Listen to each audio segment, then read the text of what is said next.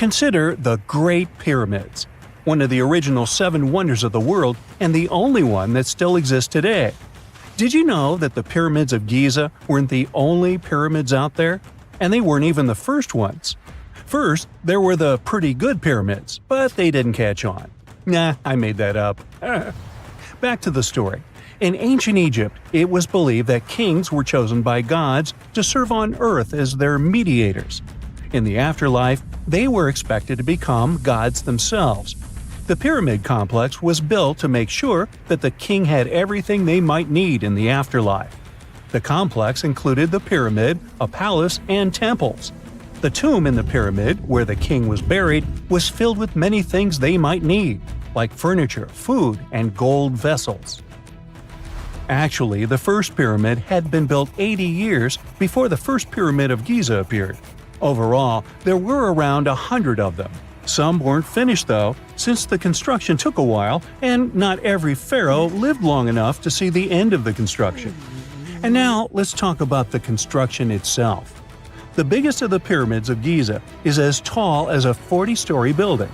So how on earth did they manage to build a structure that massive 5,000 years ago, long before machines and other equipment appeared? Well, let's figure it out.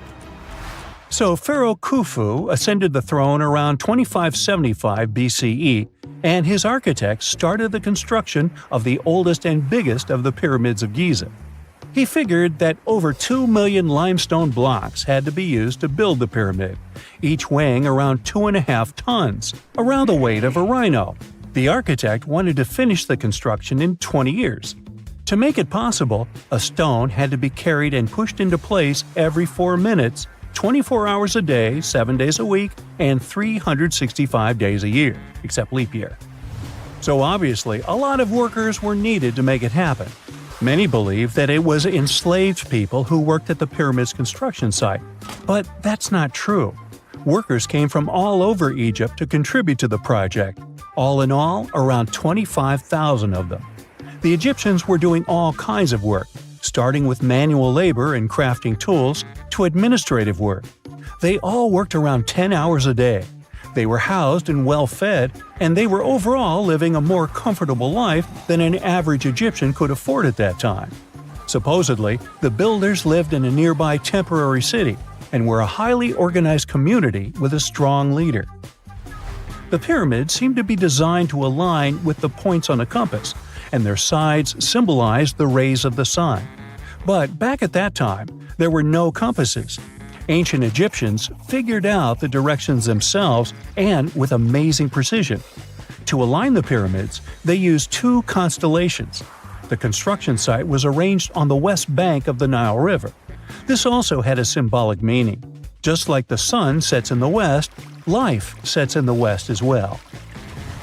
The second pyramid of Giza was for Khufu's son, Pharaoh Khafre. It's a bit smaller, but this one has the famous noseless statue of the Sphinx. Of course, originally it had a nose. I would tell you what happened to it, but it's still a mystery, and no one knows for sure. Sphinxes have the body of a lion and the head of a human. They were considered guardians of important areas. This famous Sphinx, also pronounced Sphinx, has the head of Pharaoh Khafre and is guarding his pyramid, facing the sunrise. The Sphinx is one of the biggest and oldest statues in the world. Originally, it not only had a nose, but was also painted. Scientists have discovered traces of the red color of its face. So, most likely, the Sphinx was painted red. There are also remains of yellow and blue color on its body. The statue definitely wasn't boring. Till around 1800, the Sphinx was buried up to its shoulders until an adventurer with a team of 160 men dug it out. But let's get back to the construction. The workers, of course, needed stone blocks. There were 2 main places where people could get these stones. One source was close to the construction site, but that fossil-lined yellow stone was only suitable for the pyramid's interior. The limestone blocks for the exterior were hauled from 8 miles away on 30-foot-long sleds. Apparently, it wasn't too hard to pull them. The sand mixed with the right amount of water was pretty slick, and 10 people could move a sled even with a rock weighing so much. Surprisingly, cutting off a block of limestone wasn't the biggest problem. When in the ground, it was soft and could be split relatively easy. But after getting exposed to the air, limestone hardens. So the most difficult part was to shape the blocks. That step was crucial because the smallest inaccuracies could lead to the whole pyramid collapsing. So, okay, those limestones were mined, carried on a sled, shaped, and then what? How could they be put into place? Well, this is still a mystery. Archaeologists have discovered the remains of a ramp system that dates back around the time the pyramids were being built. So historians have come to the consensus that, most likely, the Egyptians designed a unique ramp system to move and pull huge stone blocks. The most common opinion is that there were several ramps around the pyramid. There probably was a central ramp with 2 staircases on each side of it built over the pyramid stones. The ramp was growing as the pyramid was getting higher. People might have been walking up the stairs, pulling up stones on wooden sleds. But this is just one of the options. Other experts say that the ramps were around the pyramid, and some say that the ramps were inside the pyramid. Maybe we will never know for sure, and it'll forever remain a mystery. The exterior limestone of the pyramid was polished with sand and stone until it gleamed. On top, there was a gold and silver capstone, which glimmered over Egypt like a second sun.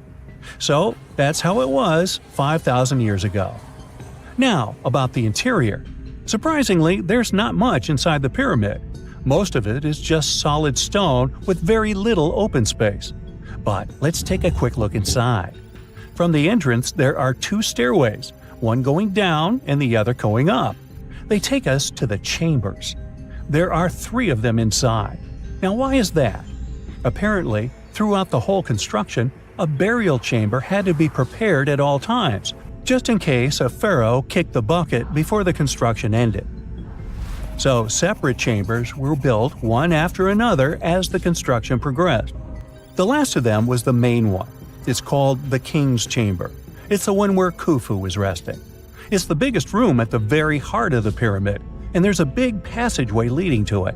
It was likely used as a kind of elevator to move granite up to build the interior.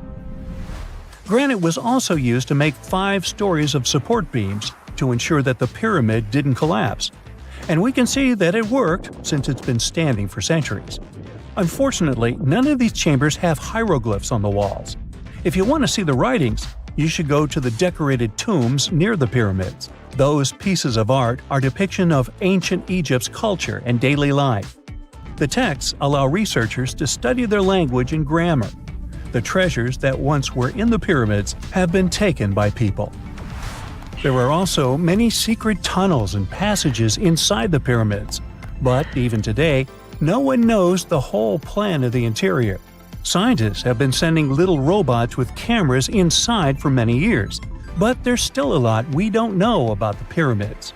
Now they're trying to use an X-ray to scan the pyramids from the outside, without going inside. So yeah, ancient Egyptians did create a mystery no one has been able to crack for 5,000 years already. Hey, I bet you didn't know that trees used to grow in the middle of Egypt's barren, sun-roasted Sinai desert. It's true. If you can't picture it, I don't blame you. But archaeologists have recently stumbled upon a tree-lined boulevard. Yep, an actual green avenue, leading to a massive ancient fortress. No, this isn't some mirage or an overactive imagination, although I do have one. But it's turning our ideas of ancient Egyptian desert life upside down. Let's rewind a bit. The site in question is called Tel Abu Saifi, located in the northern part of the Sinai Peninsula. For a long time, it was known as a dusty archaeological footnote, the home of ruins from the Ptolemaic and Roman periods. You know, the era after Alexander the Great swaggered through Egypt and the Roman Empire called dibs. But recently, Egypt's Ministry of Tourism and Antiquities decided to give it a fresh dig. And what they found out turned to be more than just a forgotten outpost. We're talking about a full-on military fortress with defensive trenches, paved roads, lime kilns, barracks for soldiers, and even room for their families. A whole bunch of living quarters right in the middle of a desert doesn't feel very homey, until you remember our star, the unexpected Green Avenue. This road was over 300 feet long and 36 feet wide, as long as an American football field, paved with limestone slabs and lined with more than 500 clay planting pits. These weren't for show, they held actual trees, creating a shaded tree-line entrance straight to the fortress. Imagine walking through that, the sun blazing overhead, and suddenly, blessed shade. Ooh. Now, that's not just a grand entrance, that's an ancient red carpet, or maybe a green one. But this wasn't about curb appeal. The existence of hundreds of trees in a desert landscape over 2,000 years ago tells us something big. You see, the Ptolemaic Egyptians weren't simply good at building monuments. They were also masters of water management. In a place where rainfall is rarer than a selfie with a pharaoh, they somehow found a way to grow rows of trees. Now, let that sink in. To irrigate that many trees in a desert, they must have had a sophisticated irrigation or water transport system, something capable of moving and distributing water efficiently in this harsh climate. Maybe they channeled groundwater, or maybe they captured seasonal rain, or maybe ancient sprinkler systems. Okay, maybe not that fancy. But still, it's clear they were ahead of their time. Here's the thing, we already know the Egyptians mastered water control. They harnessed the Nile with ditches and canals to feed distant fields. So irrigation wasn't exactly a mystery to them. They had the skills and the knowledge. And sure, scientists still debate what the Sinai climate was like 2,000 years ago. But many believe it may have once been greener. After all, take one look at those dramatic mountains and rocky landscapes, shaped and sculpted as if by brute force of ancient rivers.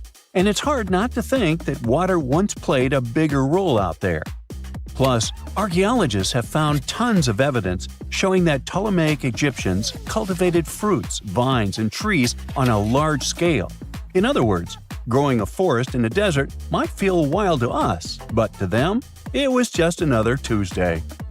And now, this Green Avenue is making archaeologists wonder, what if similar irrigation systems were used elsewhere, say for transporting the enormous stones used to build the pyramids? There's already a theory that ancient rivers or human-made canals helped move those stones. And the Tel Abu Saifi discovery? Well, it might just be the missing puzzle piece. This isn't just a dream. Back then, rivers were like highways, power grids, and cargo trains of the ancient world, all rolled into one. Egyptians used them for everything – irrigating crops, trading goods, powering industry, and even mobilizing for war. If you were doing something important, odds are it involved a river. But wait, it gets even better. Excavations revealed deep defensive trenches, like ancient moats, dug more than 6 feet deep around the fortress. Those weren't just muddy ditches. They were part of an elaborate defense system designed to be filled or bridged to control access. Think of it as ancient Egypt's version of a retractable security gate, minus the hydraulics. And while the trenches were keeping intruders out, life inside the fortress was bustling. Remember how we said archaeologists had found military housing units? It turns out soldiers might have lived there with their families. So this wasn't just a barracks, it was a thriving community, with meals, routines, kids playing, and probably a whole lot of ancient gossip flying around the dinner table. In addition to all the military stuff, researchers found 4 massive lime kilns used to produce quicklime, an essential ingredient for making construction mortar. These kilns are a big deal because they suggest that during the later Roman period, Tel Abu Saifi turned into an industrial hub. It was like the Home Depot of ancient Egypt, churning out materials to build and repair buildings. But here's where the plot thickens. Underneath all of this, beneath the roads, the trenches, the kilns, archaeologists found the corners of an even older structure, a mystery building. Could it be the remains of a third, much older fortress? Or an ancient cemetery or lost city? Nobody knows yet, but one thing's clear, this story isn't over. Honestly, this might be the coolest archaeological cliffhanger of the decade. So, what does this all mean? Well, for starters, it challenges everything we assumed about desert life in ancient Egypt.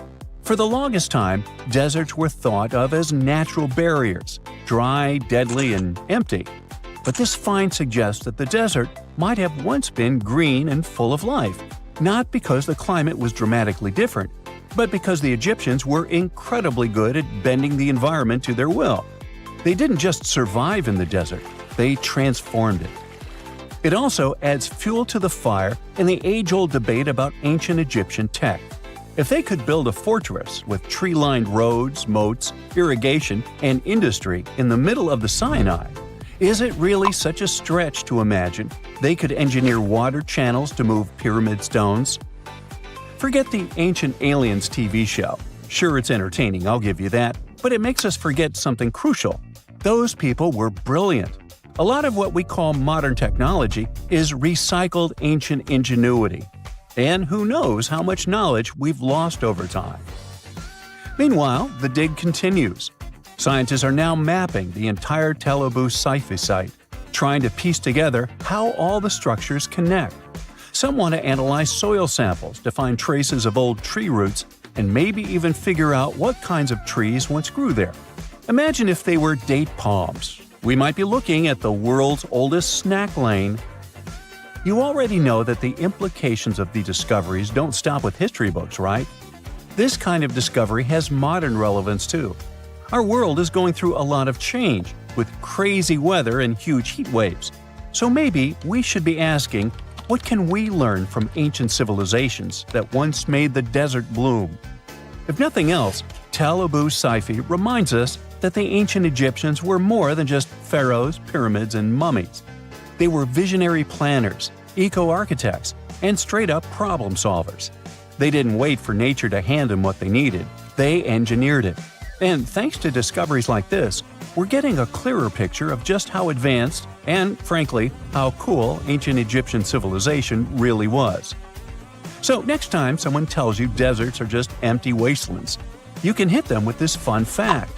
Over 2,000 years ago, in the heart of the Sinai Desert, there was a fortress with a tree-lined avenue, moats, military housing, an industrial center, and even a secret underground structure. Take that, sand dunes! Who knows what else is still buried out there, waiting to rewrite history? Kim Kardashian is a fashion mogul, law student, and, as it turns out, an accidental artifact whistleblower. Let me spill the tea. In one of pop culture's biggest plot twists, Kim Kardashian inadvertently posed next to a coffin only a few people knew was stolen. Her picture went viral, and somewhere around the globe, one of the looters involved in stealing the coffin saw it. Just like that, she helped to unravel a $4 million antiquity smuggling ring. Let's rewind. One of the looters involved in originally stealing the coffin was startled to see that the artifact had already been sold. His partners told him they were still waiting for a buyer. Since he didn't get his share of the loot, he emailed the Kim Kardashian picture to an attorney in New York responsible for these types of cases. Together with Kim's picture were some other photos of the coffin, still covered in mud, being taken from its original location. He told the attorney that the coffin had been stolen and gave him the proof he needed to go solve this case. Back in ancient Egypt around the 1st century BCE, a man named Njemonk passed away. He was a high-ranking priest who served the ram-headed deity of Heracleopolis. And when someone like that passes away, their send-off was special. Njemonk's coffin was a golden masterpiece. In ancient Egyptian belief, gold wasn't just for show, it was sacred. It symbolized the essence of the deities and was thought to help people be reborn in the afterlife. This particular coffin even spelled out its inscriptions, linking the precious metals directly to divinity, rebirth, and the power of the sun. Fast forward to 2011. Egypt was going through major political upheaval, and amid the chaos, tomb raiders took their chance. In the Al-Minya region near Cairo, looters broke into Njemonk's site. They dug up his gleaming coffin and smuggled it out of the country. First, the coffin landed in the hands of a dealer in the United Arab Emirates who forged export documents, claiming it was a Greco-Roman artifact to disguise its true Egyptian origins. Then it traveled to Germany, where a gallery owner had it restored and, allegedly, faked a license saying it had been legally exported back in 1971. With new papers and a polished look, it was passed to two French antiquities dealers who sold it to none other than the Metropolitan Museum of Art in New York for $4 million. And just like that, in 2017, Nejemunk's radiant coffin was on public display once again, this time in New York. The Met was absurdly happy to have acquired this piece. All over New York, you could see buses advertising the Met's new exhibition, based on this ancient Egyptian relic. The Metropolitan Museum of Art is one of New York's most prestigious museums. It's home to some of the world's biggest curators. And once a year, it hosts the celebrity-filled event known as the Met Gala. In 2018, the yearly theme of the world-famous Met Gala was Heavenly Bodies. And that's when Kim Kardashian walked onto the red carpet wearing a beautiful, sparkling Versace gold dress. She was wandering around the museum when she saw something that matched her dress and posed in a photo next to it. Of course, the queen of the internet went viral, standing right next to Nejemunk's coffin. And that's when it all happened. Someone self-described as friends with the original looters sent the photo to Manhattan's Assistant District Attorney, Matthew Bogdanos. Bogdanos had been obsessively tracking down looted artifacts for the past years. He knew there were some important Egyptian artifacts on the illegal trading market, and when he saw the picture, he knew the coffin had really been stolen. The informant shared digital images of the tomb, confirming it had been looted in 2011. And as investigators dug deeper, they found the missing piece, a human finger bone still inside the coffin. Yep, when the looters threw away the mummy's body into the Nile River, they left something behind, one of its fingers. But later on, this piece of evidence was key to proving the artifact's origin. By 2019, the Met returned the coffin to Egypt, and its CEO issued a formal apology. The museum, now aware it had been duped, vowed to overhaul its acquisitions process and even try to recover the money. Meanwhile, one of the European men involved in the forging of the illegal documents of the coffin was arrested in Germany in 2020. He maintains the paperwork was legit, but hey, the evidence says otherwise. Just FYI, next time someone says Kim Kardashian is famous for nothing, remember, Kim Kardashian accidentally helped to solve one of the art world's biggest modern heists. Moving forward, this next story is also worth a few millions, but to some, it should never be sold. Chris Pepe was just 7 when he first glimpsed the sparkling relics, tiny gems in a glass case at his great-uncle's house. Back then, they were just part of the furniture, but as he grew older, he learned the truth. That these weren't just pretty stones. They were discovered beside what's believed to be the actual remains of the Buddha. It all began in 1898 when Chris's great-grandfather, William Claxton Pepe, a British landowner in colonial India, excavated a mysterious mound near the village of Piprawa. Inside a deep stone chamber, he found bone fragments, gold, and crystal reliquaries. One box had an inscription in ancient Brahmi script stating the remains belonged to the Buddha himself and had been gifted to his clan, the Shikyas, after his cremation. The discovery rocked the world. News spread through international papers, and scholars confirmed its authenticity. The discovery even helped map ancient Buddhist roots and identify Lumbini as the Buddha's birthplace. Though it happened during the colonial era, the story is more complex than simple looting. Pepe gave most of the relics away. He gave the bones to the king of Siam, which is now called Thailand, and the rest to Indian authorities. Only a few duplicates of the stones stayed with the family and were passed down through generations. When Chris inherited them in 2013, he and his cousins didn't hide them. They launched the Piprawa project, digitized family archives, and loaned the relics to museums around the world, from New York's Met to Seoul's National Museum, always free of charge.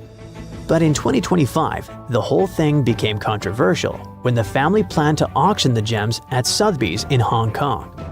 The Indian government intervened, even issuing a legal notice demanding the auction's halt, saying that the relics are sacred and a cultural heritage. They argued that the sale violated Indian and international laws, including United Nations conventions, and called for the relics' repatriation to India for preservation and religious purposes. And talking about sacred items coming back home, after more than half a century in exile, 4 ancient bronze sculptures looted from Thailand were finally given back. These pieces are known as the Prakonche artifacts. They consist of 3 Bodhisattva statues and 1 Buddha image that were unearthed in the 1960s by villagers in Buriram province. If you've ever been to that part of the world, you'll know most people are very devotional and connected to their spiritual beliefs. So unearthing something like that is as close to the sacred you'll probably get in a lifetime. But the items were smuggled out and eventually landed in the Asian Art Museum in San Francisco. These statues are estimated to be 1,300 years old. They were tied to a man called Douglas Latchford, a notorious figure in the illicit antiquities trade. Now, after years of pressure, the museum has agreed to their return. Thai officials, along with U.S. Homeland Security, confirmed the artifacts have been deaccessioned and will be soon repatriated. This isn't the museum's first time returning treasures. In 2021, it surrendered ancient lintels after a lawsuit from U.S. authorities. But this latest move hits close to home, literally, for one of the villagers who helped discover the artifacts and never dreamed they'd vanish overseas. For over 3,000 years, no one knew this place even existed. And then, out of nowhere, archaeologists digging near Alexandria uncovered something absolutely shocking: a forgotten Egyptian city. This place is buried under Greek ruins, hiding secrets that could rewrite the history of pharaohs and their armies. And one of the artifacts, which looks like a simple wine jug, changed everything. We thought that we already placed all the important parts on the map of ancient Egypt: pyramids, Thebes, Luxor, Alexandria. But nope, the map just got an update. The new city was a big deal, and it's about 3,400 years old. It's just been discovered at the site called Kom el Nugus. This place is located west of Alexandria and tucked between the Mediterranean and a saltwater lake called Lake Mariut. This discovery raised a few eyebrows. Scientists thought that this place used to be empty and that it was only settled by the Greeks in about 332 BCE. But it turns out that people lived in Kom el Nugus way before that. When archaeologists were digging through Greek ruins, they started noticing something unexpected: mud brick walls. Yep, you know, the pyramid type. That's the kind Egyptians built during the New Kingdom. These mud bricks were made from mud, clay, sand, and straw. These ingredients were mixed with water and dried in the sun, not baked. Egyptians used them for thousands of years to build houses, temples, palaces, and yes, the pyramids. Of course, other civilizations did use mud brick too, but Egyptian mud brick is kinda quirky.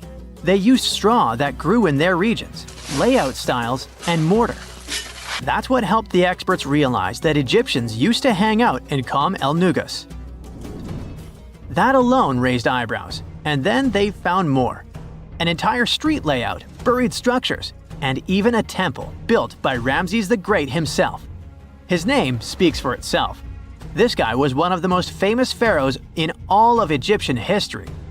He ruled ancient Egypt for 60 years, fought huge battles, and just loved building tons of stuff like that temple. People loved him so much that later pharaohs literally pretended to be him or wrote his name on their buildings. That's when archaeologists realized that they weren't looking at some dusty mud bricks of a tiny village. That's an entire buried city. They immediately started digging more. Turns out the whole place wasn't random. It was built with great care. The streets had drains to stop rainwater from damaging the soft mud-bricked walls. There were also small tomb chapels with writings about soldiers. This suggests this place might have been the military base, and that changes a lot. In ancient Egypt, when the military showed up, there must have been a reason. So what was it? Protection? Conquest? Control of something important?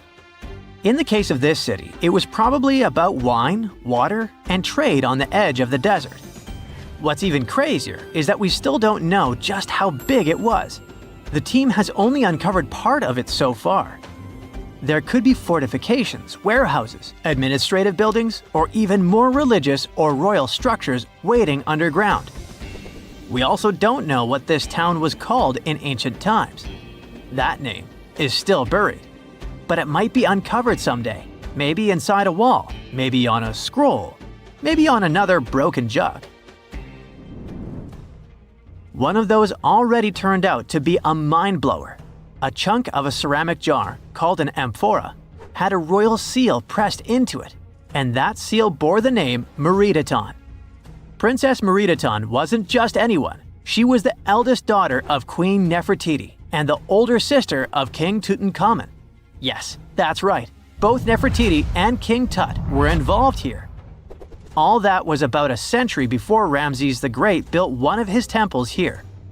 Looks like the city was founded back in the days of another pharaoh, the pharaoh Akhenaten, husband of Queen Nefertiti, father of Princess Meredaton, and future king Tutankhamun. That guy, Akhenaten, was a bit of a wild card.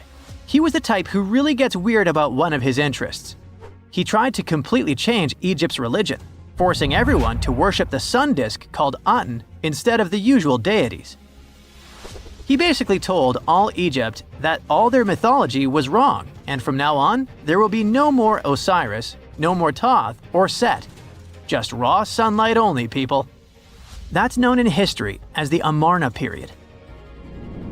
And he went all in, changed his name, built an entirely new capital city called Amarna in the middle of the desert, redesigned temples, rewrote hymns, and even banned traditional religious imagery. Even the art got wild at the time. People started getting elongated heads, belly rolls, and all that humanity and vulnerability carved into stone. It was deliberately weird. He wanted to show the family not as perfect gods, but as human vessels of divine light. Everyone had to awkwardly smile and play along because he was the pharaoh after all. The wackiest part is that after his rule, his son, Tutankhamun, reversed all the sun disk-related stuff. He literally changed his name from Tutankhaten, which means living image of the Aten, the sun disk, to Tutankhamun, which means living image of Amun, one of the great older deities. King Tut brought back the old deities, reopened the temples, and erased as much of Akhenaten's legacy as possible. Looks like his family didn't really like the sun cult after all. Meanwhile, this discovered wine jug shows that the city was probably active, thriving with life during Akhenaten's times. That's huge. Up until now, there was no clear evidence that his radical ideas and projects extended all the way to the north. The jug also shows that vineyards and wine production reached all the way to the north in ancient Egypt. Wine really was a huge deal, worthy of placing a military base here. Princess Meredaton most likely used this jug. Just like with her brother, she was born into the sun and named after it.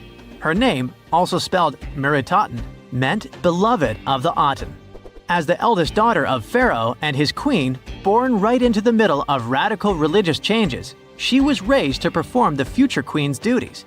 From her earliest years, she walked in temples alongside her mother Nefertiti, shaking the sistrum in solemn rituals. She was there when Akhenaten established his capital city, Amarna. He clearly loved his family. Meredaton's face was etched into its stone walls more than anyone else. In every temple, in every sacred scene, her figure appears, revered. Things get foggy in history after her father passed away. The throne wobbled. King Tut was very young, only 9 years old when he had to take new duties. Meredaton seemed to have been a brief step between her father and her younger brother. She married someone called Smenkhkare. History isn't even sure who that mysterious man was. Could have been a puppet, a phantom king in a crumbling dynasty. May have even been her brother. Whatever the truth was, these two took power and ruled together for a while. Meredaton got the title of the Great Royal Wife, a title of immense power. But Smenkhkare was a very short-lived ruler. He passed away just in about a year. There are some speculations among historians that Meredaton was the actual ruler, the informal female pharaoh, because her brother was too young. Some theories say that she raised Tutankhamun and became a sort of queen regent, mentoring the child who would be used to restore the old order. But all this is unconfirmed. It's very hard for historians to find information about that time because the Amarna period was later condemned. The successors wanted to wipe away Akhenaten's heresy and everything attached to it. This included Merentenauten. So even if she ruled, even if she mothered Tut, they tried to bury her in the sands of history. In any case, perhaps this new uncovered city will tell us more about the mysteries of the Amarna period, one of the most chaotic periods of ancient Egypt. Not many civilizations are as mysterious as ancient Egypt, a powerful empire that lasted over 3,000 years. It gave us pyramids that still stand and myths that still inspire. It's one of the most explored places on Earth, yet somehow we still find exciting stuff. In Abydos, archaeologists just uncovered a 3,600-year-old royal tomb. It's huge! It has golden hieroglyphs of deities covering the entrance, but the pharaoh's name? It's not there. It's missing. Who was this ruler, and what new chapter could this open in Egypt's story? If there's one place in Egypt where the line between life and demise feels thinner, it's Abydos. To the ancient Egyptians, this was sacred ground. They believed it was the burial place of Osiris, the god who literally passed away, had his remains separated, and came back to life to rule the underworld. Because of that, Abydos became Egypt's spiritual gathering place. Pharaohs built amazing temples here, like the Temple of Seti, famous for its King's List, a wall that has the names of 76 pharaohs carved in it. Pilgrims came from across Egypt, leaving offerings and participating in Osiris festivals, where his demise and rebirth were ritually reenacted. It wasn't just symbolic worship, it was Egypt's version of Comic-Con. But instead of cosplaying superheroes, people reenacted gods coming back to life. Obviously, pharaohs competed to be buried as close to Osiris as possible. Abydos became part cemetery, part holy city, part afterlife insurance policy. Fast forward thousands of years, and we still uncover remarkable stuff around Abydos. That's the case with the recently discovered tomb. In early 2025, a joint team of researchers from the US and Egypt decided to dig beneath a rocky rise ominously called Anubis Mountain. You remember Anubis, the jackal-headed deity who guarded cemeteries. The uncovered royal burial was hidden 23 feet below the surface. Sadly, even though it eluded archaeologists for so long, robbers had already taken away with treasures ages ago. They could definitely tell this was a tomb of someone super important. Similar to how you can walk around a mansion with no furniture but still deduce that someone rich must have lived there. The chamber had mud brick vaults rising over 16 feet. That's taller than a female giraffe standing upright. For something built 36 centuries ago, it still felt enormous. However, when you remember that Egyptians were masters of architecture, nothing seems surprising. So no treasures, no golden mask, and sadly, no name. The cartouche that should have spelled the king's identity was unreadable. Egyptian tombs usually bragged about who was inside. In ancient Egypt, a cartouche was basically a big oval name tag for kings wrapped in hieroglyphs. Think of them as VIP passes that worked in both this life and the next. Without it, your soul couldn't check into the afterlife hotel. That's because to the Egyptians, your name, your Ren, wasn't just so your teacher could distinguish you from kids with the same haircut. It was a core part of who you were. As long as your Ren survived, so did you. To have your name forgotten was considered a fate worse than passing away. A soul cannot journey without a name. That's why you'd see cartouches all over the place, on temples, obelisks, jewelry, statues, and tomb walls. It wasn't there just for the marketing. It kept the pharaoh's presence front and center everywhere you looked. Imagine building a massive tomb only for 3,600 years later to walk in and go, who is this guy again? Not cool at all. That's why it's fair to imagine our nameless pharaoh haunting the robbers for all eternity. So yeah, cartouche was considered very significant. One of the most famous and mind-blowing examples comes from the tomb of Thutmose III. His burial chamber and sarcophagus were literally shaped like a cartouche.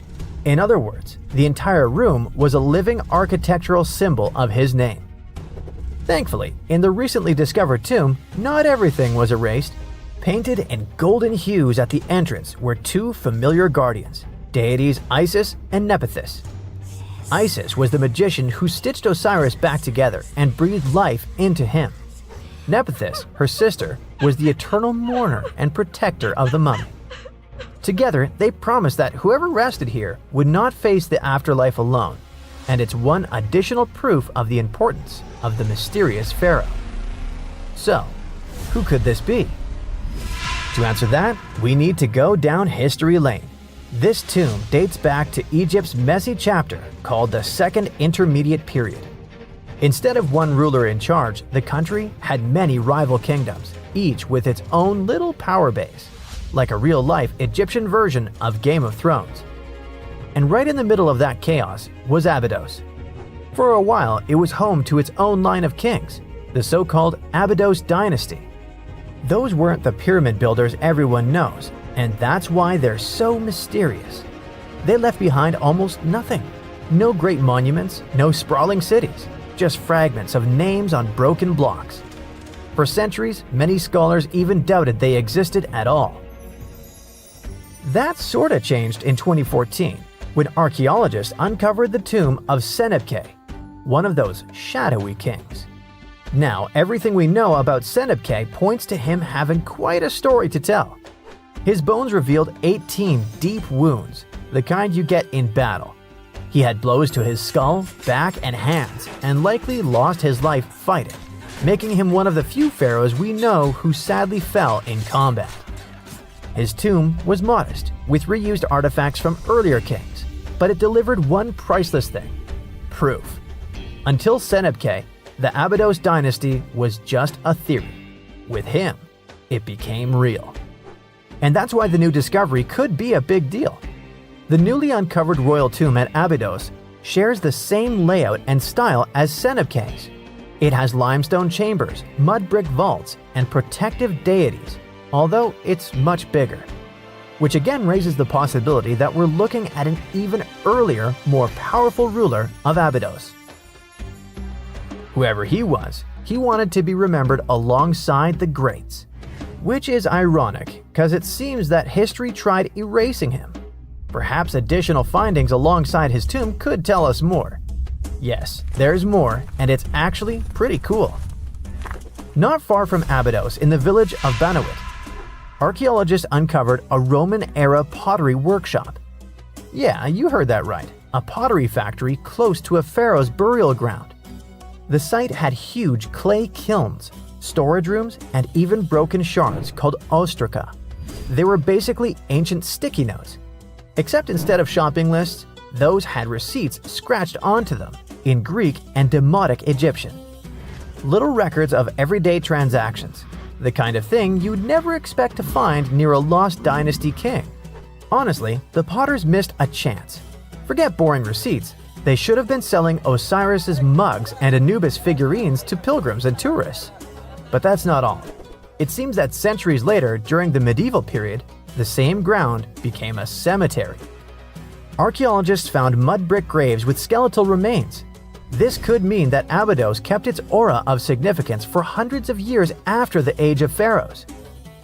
So why this hill again and again? Is this place really a getaway to the afterlife? It is, after all, the very place where Osiris is said to rest. That belief lingered like a shadow for thousands of years, strong enough to pull in pharaohs and later medieval families. Different rituals, same sacred ground. Although, to be fair, the Romans weren't here for Osiris. They came to make pots. The story of Abydos is not over. The excavations will continue, and who knows what else could be discovered in the future. Today, archaeologists are armed with tools that are basically X-ray glasses for the desert. Every scan could reveal a hidden chamber, or if we're lucky, finally give our nameless pharaoh his wren back to him. In fact, I became strangely invested in finding out who he was. So let's hope for some news soon. It's only a matter of time. Do you have your own theories? Let me know. This coffin seems to defy logic. No visible openings, no way in or out. And yet, inside lies Lady Shanette Ah, a mysterious woman from ancient Egypt, perfectly preserved even after 3,000 years. How did she get there? It was the third intermediate period in Egypt, a time between great dynasties. Pharaohs wore the blue crowns. Priests in Thebes were almost as powerful as kings. Markets were filled with the cries of merchants selling dates, papyrus, and precious perfumes. Lady Shanette Ah was in her late 30s or early 40s, old age by Egyptian standards of that time. Like other Egyptians at the time, she ate meals of bread, lentils, and fish. By that age, her teeth were already badly worn down, yellowish with enamel eroded, because food in ancient Egypt often had grains of sand in it. But she wasn't just a regular woman. When she passed away for unknown reasons, her burial was lavish. Locals wrapped her body in expensive linen and adorned with artificial eyes to replace her real ones. That would help her see in the afterlife. And that's exactly how we found her 3,000 years later, in a beautifully decorated sarcophagus. It was made of cartonnage, which is kind of like papier-mâché, made by layering linen and papyrus with adhesive. These coffins were wildly strong, lasting for thousands of years, all thanks to Egypt's super dry climate.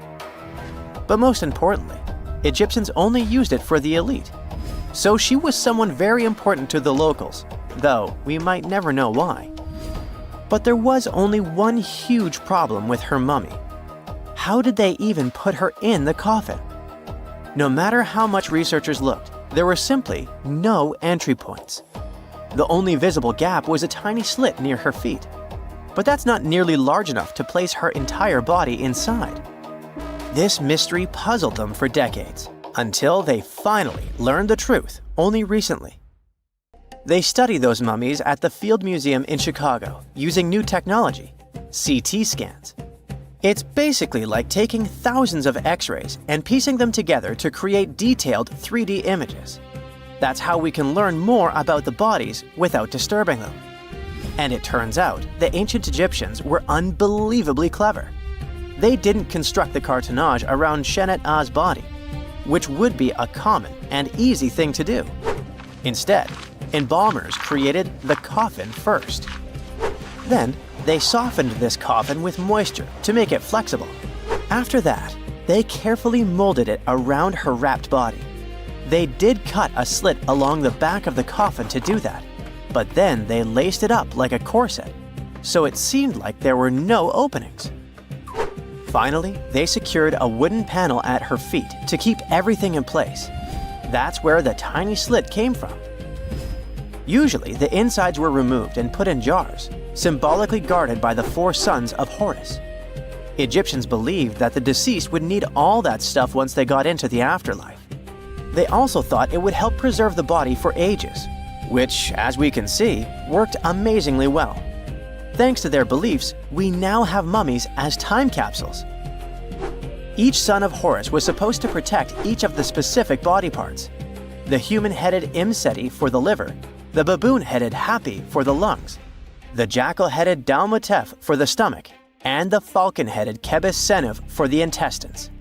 It's crazy how much effort the embalmers put into their job, especially in Lady Shanette Ah. They wanted to make sure her body remains untouched and the sarcophagus would be perfect for her. You can't help but wonder, who was she if she mattered so much? The ancient Egyptians literally viewed the afterlife as modern retirement planning. You're not just passing away, you gotta prepare yourself for it. Prepare the body, eyes to see, and so on. And the richer or more important you were, the better your afterlife would be. But Shanette Ah wasn't the only fascinating mummy they studied. They also decided to scan Harwa, an Egyptian man who lived around the same time. Judging by the mummy, he also had a high social status. His mummy revealed no signs of hard labor, and his teeth were well kept, which means he enjoyed some high-quality food without tons of sand in it.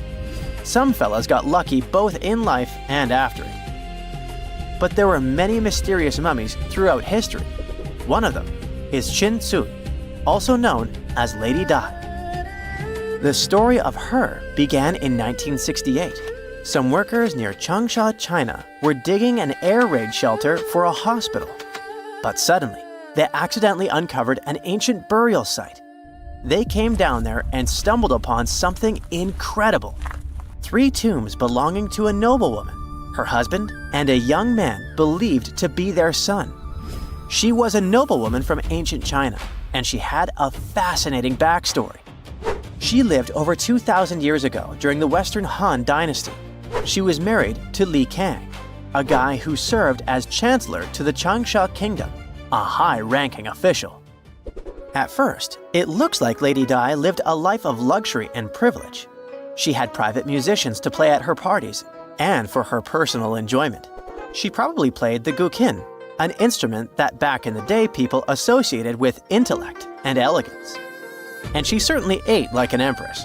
Fine meats, delicacies, and all things like that.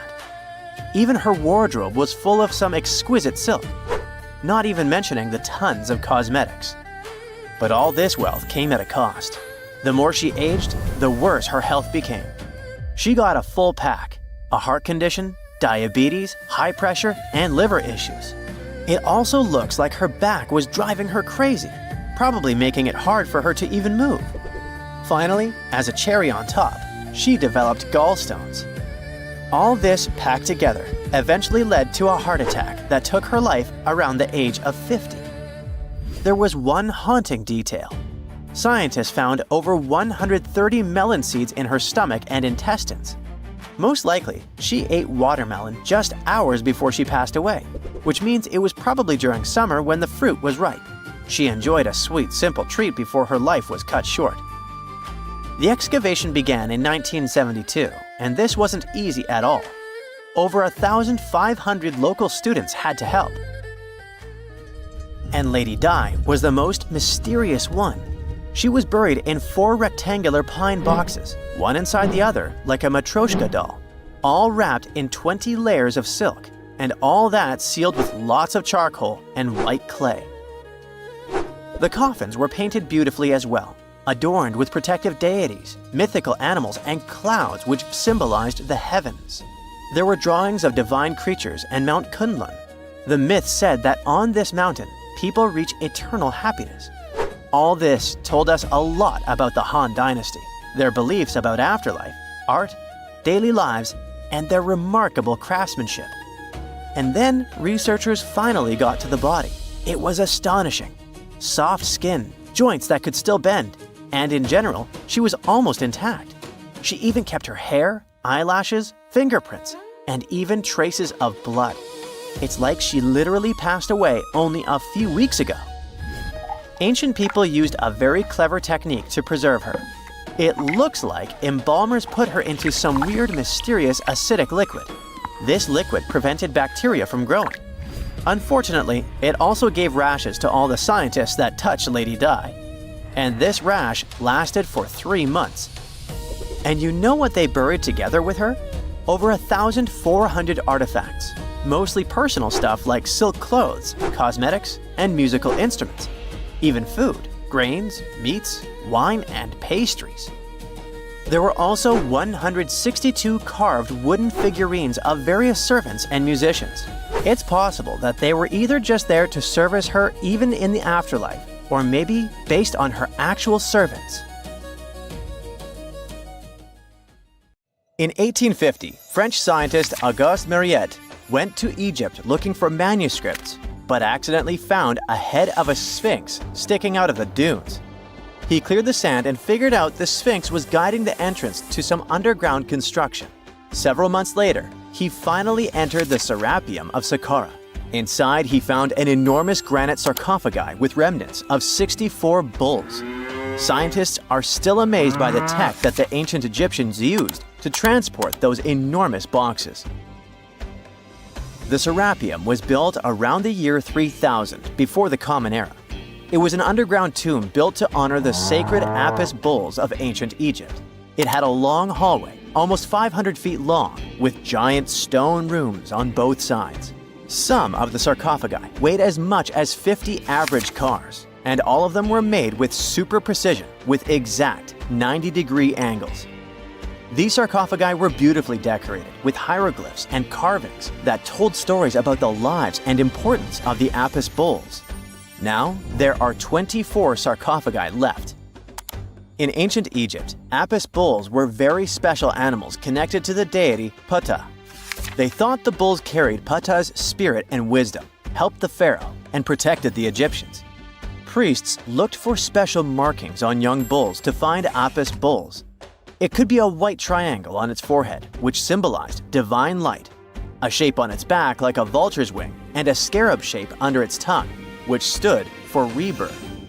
If a bull had these signs, they believed it was chosen by Ptah and treated it like royalty. The chosen bulls lived in a special temple in Memphis, the city where they worshipped Ptah. They received the best care and offerings from visitors who wanted their blessings. When an Apis bull passed away, it was treated with great honor and mummified. When Mariette entered the Serapium, he noticed traces of rollers on the gallery's floor and found 2 wooden horizontal winches. Each had 8 levers. Later, other explorers saw double rails. The burial chambers were lower than the hallway floor. To get the boxes into place, workers filled the chambers with sand so the sarcophagi could be rolled in straight. Then they slowly removed the sand to gently lower the boxes into perfectly cut spaces in the bedrock. A carved stone sign found in the Serapium said it took 28 days to move just one sarcophagus and its lid into its spot during the time of Ptolemy II. The extreme precision of the sarcophagi with 90-degree angles also has an explanation. Ancient Egyptians wrote texts, or rather, papyrus, on geometry a long time ago. It shows that they knew the approximate number pi and could calculate the volume of a pyramid with its top cut off. If they could figure out complicated math like that back then, it makes sense that they could also carve perfectly flat surfaces 500 years later. All this sounds pretty legit, but some people think certain things don't add up here. The size of boxes is way larger than the size of bulls, yet they buried pharaohs in tiny coffins that barely fit their bodies. The sarcophagi are made out of granite with crazy precision, and they could have just used limestone, which would have made things way easier. The transportation of the boxes seems pretty simple, but only in theory. If one person could pull about 440 pounds, then at least 250 people would be needed to pull just one box. The tunnels in the Serapium are really narrow, only about 2 feet wider than the boxes themselves. There's no way hundreds of people could have squeezed into those tight spaces to pull the boxes. And even if they did, how would they turn the box in the cramped corridor, lower it into its niche, and place it perfectly in the middle? Somehow, they did this 24 times, and every box is centered perfectly. Plus, the chambers were dusty, and there were no signs of soot from lamps. This means they must have worked in almost complete darkness. The real use of the boxes could also be different.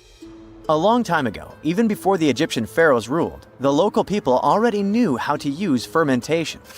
It happens when tiny organisms called yeast eat certain ingredients like starch and turn them into gas and ethanol. So someone in ancient Egypt probably put food like barley, bread, and even meat inside a giant stone box, then closed it tight with a heavy lid. These stone boxes, carved from granite, were so precisely made that they were almost completely sealed, so nothing could escape from it. As the yeast inside the box started working, it created more and more CO2 gas. It built up pressure inside the box. The granite boxes were incredibly strong. They could handle more pressure than a car tire can hold. When granite was squeezed under such pressure, its crystals produced a tiny electric charge. This effect was possible because granite contains quartz, a material that reacts to pressure this way. The process also needed meat or animal parts, possibly to help the yeast grow better. Meat contains something called oleic acid, which yeast needs to keep growing and to survive the bad effects of the ethanol it produces. As the pressure inside the box kept growing, the combination of gases and electricity made these boxes not just ancient fridges, but powerful energy systems. Over time, the pressure inside got so strong that it could push the lid open and the gas would escape with a pop. But when people rediscovered the Serapium in 1850, they found old drawings that showed piles of stones stacked on top of some of the box lids. So, someone long ago probably tried to make the lids even heavier by adding extra weight to make it harder for the gas pressure to push them open. This extra weight also meant the quartz crystals in the granite could keep creating more electricity under all that pressure. If someone opened one of these stone boxes thousands of years later, they would only find bones from bulls that were placed in the box. And that's exactly what Mariette discovered in the 1850s. They opened the Serapium for visitors soon after the first excavations in the second half of the 19th century. Prince of Wales even had a luncheon with his guests in one of the sarcophagi. Sands and earthquakes made the site inaccessible for a while, but now you can visit it again and try to solve the mystery yourself. With new tech, we could have answers to many other historical mysteries soon. A team of scientists at Chicago's Field Museum of Natural History recently used a special CT scanner to learn more about ancient Egyptian mummies without unwrapping them. They gently rolled 26 mummies on custom carts out to the parking lot, where the scanner was waiting. It took thousands of detailed X-ray pictures of each mummy and their coffins. When all the pictures were put together, they created 3D images that showed what was inside, the skeletons, and some artifacts. The scientists hope these images will help them understand ancient Egyptian burial practices from over 3,000 years ago. Even though the scanning process only took 4 days, it might take 3 years to study all the data. But scientists were able to learn some personal details about the mummies. One of the most popular mummified individuals at the museum, Lady Chineta, was a woman who lived in ancient Egypt about 3,000 years ago. It looks like she passed away in her late 30s or early 40s. To make sure her body looked complete for the afterlife, embalmers put stuffing in her neck to keep it from collapsing. They also placed artificial eyes in her sockets, so she would have eyes in the next world. She was wrapped in fancy linen and placed in a beautifully decorated coffin. The scans revealed that it had been carefully crafted with a slit at the back, which embalmers used to fit the body. There were also some artistic details on the surface, like markings for her knees. It looks like her burial was on the scale of a high-end luxury car. Most people know that pyramids were built as grand tombs for the pharaohs, designed to ensure they had a smooth journey to the afterlife. The Great Pyramid of Giza, for instance, was constructed for the pharaoh Khufu. But what most people don't know is that this whole pyramid building trend started right here with the step pyramid of Djoser about 4,700 years ago. This massive structure was built for Pharaoh Djoser, a ruler from Egypt's 3rd dynasty. It rises 7 layers high above the ground and stands about 200 feet tall. We think of it today as a phenomenal architectural project, but for ancient Egyptians, the step pyramid of Djoser turned out to be more like a massive experiment, a trial run, if you will, to perfect their building skills before they moved on to even more ambitious pyramids. Reaching new heights is super exciting, but the real mystery is what is going on below the ground. In this pyramid's underground labyrinth, there is a network of tunnels stretching about 3.5 miles long, and some researchers believe these tunnels might have been part of a sophisticated water system that could completely change what we think about pyramid construction. Let's talk about this massive complex located in Saqqara. Surrounding the pyramid, there's what's known as a dry moat, a continuous trench that is up to 164 feet wide and almost 2 miles long. It forms a sort of rectangular shape around the pyramid.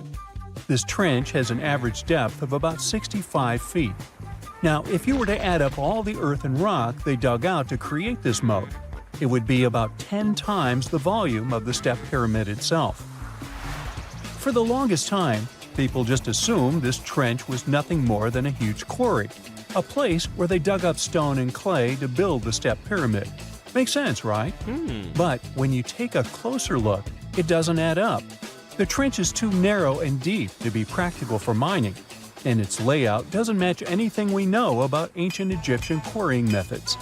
Plus, some sections of the trench are actually covered with a rocky ceiling, which would have made it nearly impossible to use as a quarry. Another theory suggests that the dry moat had some kind of spiritual significance. Maybe it was a sacred place, where souls of nobles gathered to serve the late king in the afterlife. There are even niches in the walls that work as a hint at this spiritual function. But most researchers believe that this purpose likely developed much later, long after the complex was built for Djoser. So, what was the moat really designed for? In 2020, a researcher came up with a pretty intriguing idea. It is possible that this trench was actually designed to collect and manage water, especially after heavy rainfalls. Now, that makes sense when you consider the location. The moat sits in an area that could easily have been flooded by runoff water from nearby plains. This could also explain why the trench wasn't used for new graves until much later when the climate became drier and less prone to flooding. The story becomes even more intriguing, as this trench appears to be part of a larger, more complex hydraulic system within the Djoser complex. It is like the trench has several compartments, carefully carved out of the rock and connected by tunnels. These compartments likely served as a part of a water treatment system, where water would flow from one compartment to the next, getting cleaner as it moved along. Now, here is where things start to tie into the pyramid itself. The Djoser complex has a series of underground shafts, and some researchers think that water from the moat's deep trench might have been used to power a hydraulic lift system, and this giant water-powered elevator could have been used to raise the heavy stones needed to build the pyramid. It worked like a volcano, but instead of lava, water did the heavy lifting. Imagine a big deep hole in the ground at the center of the pyramid site. Inside this hole, there was a huge wooden platform, kind of like a giant raft that could move up and down. When the workers wanted to lift a heavy stone, they would fill the hole with water. As the water rose, the wooden platform started to float up, carrying the stone with it, almost like a giant water-powered elevator. When the stone reached the right height, the workers slid it off the platform and onto the pyramid. The idea is that water from the deep trench, after being cleaned and filtered, would flow into these shafts. A massive float, possibly made of wood, would then rise as the water filled the shaft, lifting the stones up to where they were needed for construction. Once the stone was in place, they'd let the water out, lowering the platform back down to the bottom, ready to lift the next stone. This fancy hydraulic lift system could have been a game changer, making the whole building process a lot faster and more efficient without using a lot of workforce. It is like the ancient Egyptians were already embracing the whole idea of work smarter, not harder. But of course, not everyone is on board with this theory. Some experts argue that the area where the step pyramid of Djoser was built couldn't have held enough water from occasional rains to maintain such a fancy hydraulic system. The main theory suggests that, in the past, there might have been some kind of lake nearby that would have filled up after a period of rain, and this lake could have supplied water to the complex's hydraulic system. But there is no mention of such a lake in any ancient Egyptian writings, so it might be more of a what-if situation than a reality.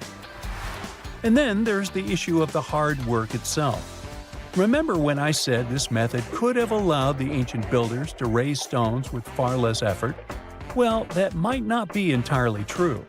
According to some experts, just building this hydraulic device would have required a lot more heavy work than simply moving the stone blocks using good old-fashioned manpower.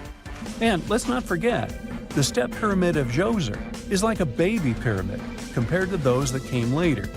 The stones used for Djoser's pyramid weighed, on average, about 660 pounds each, which is nothing compared to the more than 2.5-ton blocks used later for the pyramid of Chephren. If this cool water lift theory gets completely ruled out, we still need to explain how this pyramid was built in the first place. To answer that, we need to rewind a bit and talk about the original plans. See, before Djoser's tomb became a pyramid, the idea was to construct a simple mastaba. This type of tomb was pretty common in earlier periods, a flat-roofed, rectangular structure with sloping sides. But after the original mastaba was finished, they decided to expand it a bit by adding more layers on top. And then they added even more layers, until the construction reached 6 distinctive steps, each one smaller than the previous. And they probably did all this by raising those heavy stones using ramps, not a water-powered elevator. There is still so much we don't know about the step pyramid of Djoser. More research is definitely needed to fully understand how this system worked, or if it even existed at all. But the idea of using water to help build the pyramid adds a whole new layer to our understanding of ancient Egyptian engineering. It's a powerful reminder of just how clever and resourceful those builders were, using the natural landscape and the power of water to create one of the most iconic monuments in history.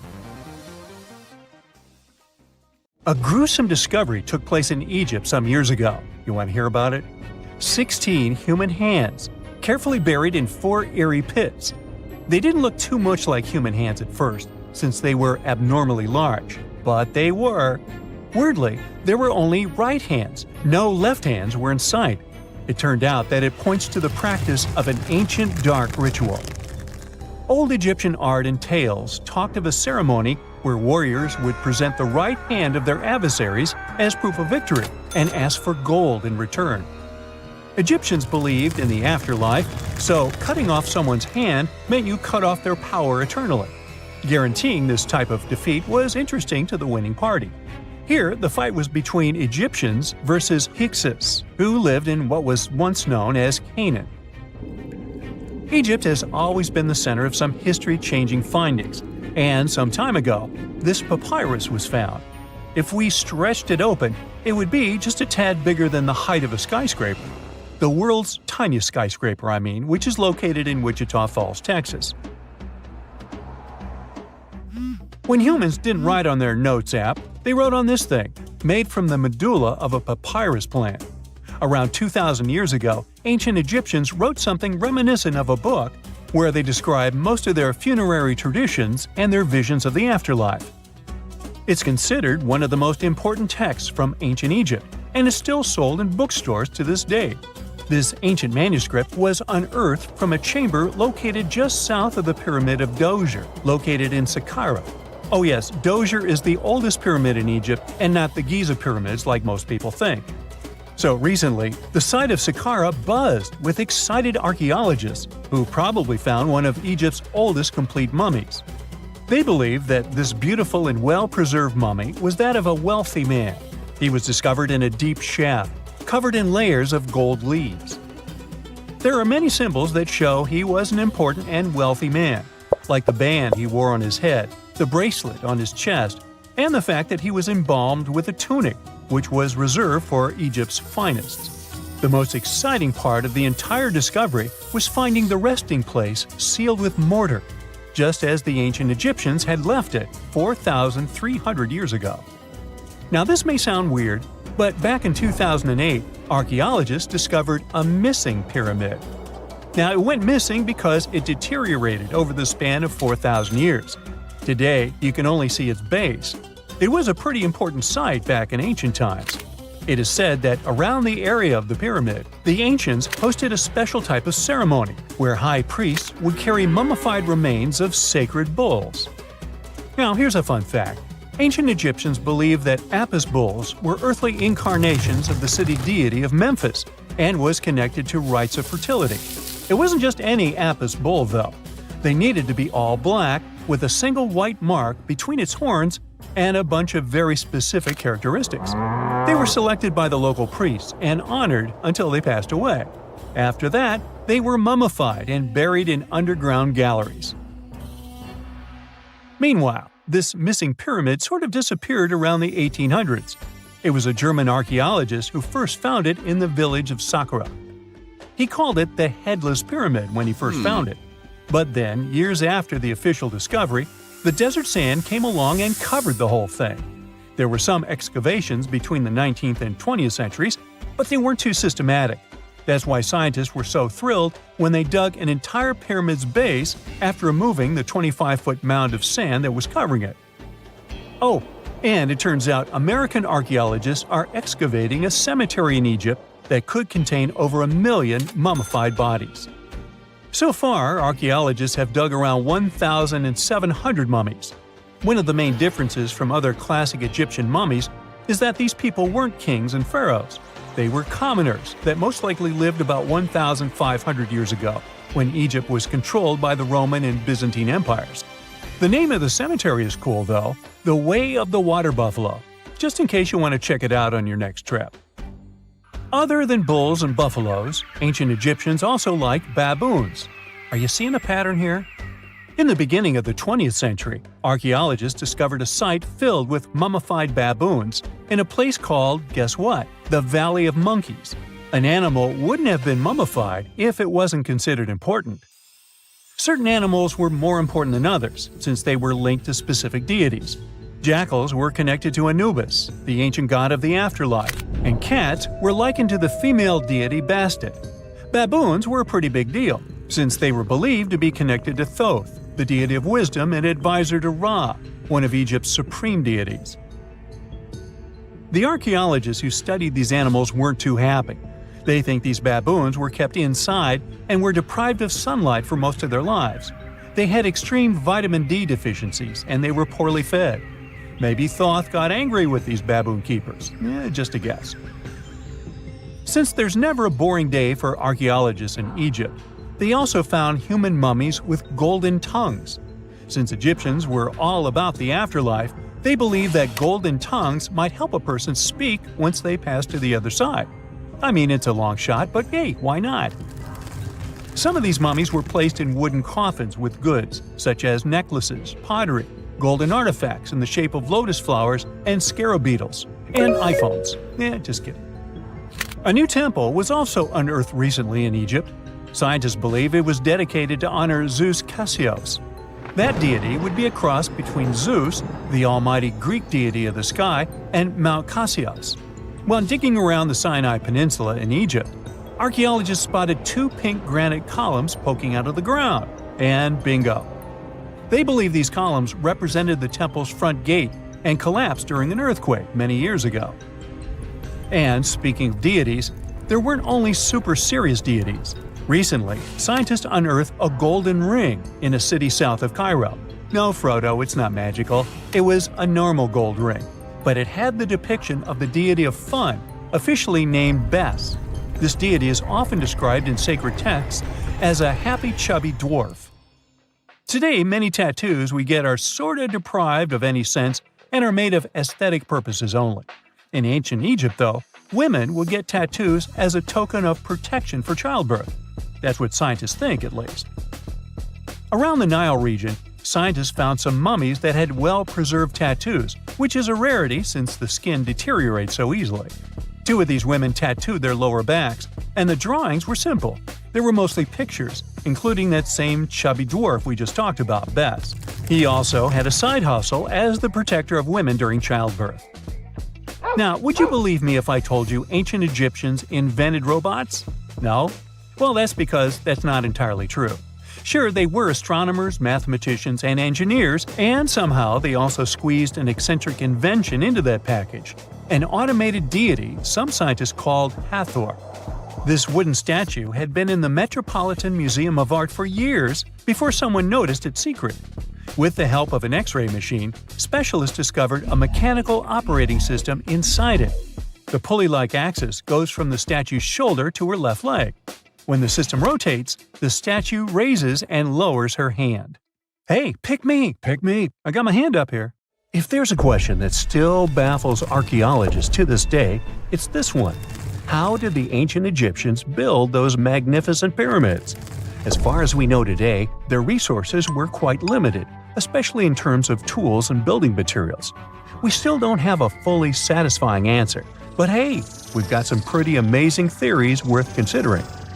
The leading contender among these theories involves the clever Egyptians employing a sneaky strategy. Now picture this. They constructed a slanted and curving mound made of bricks, earth, and sand encircling the pyramid to be.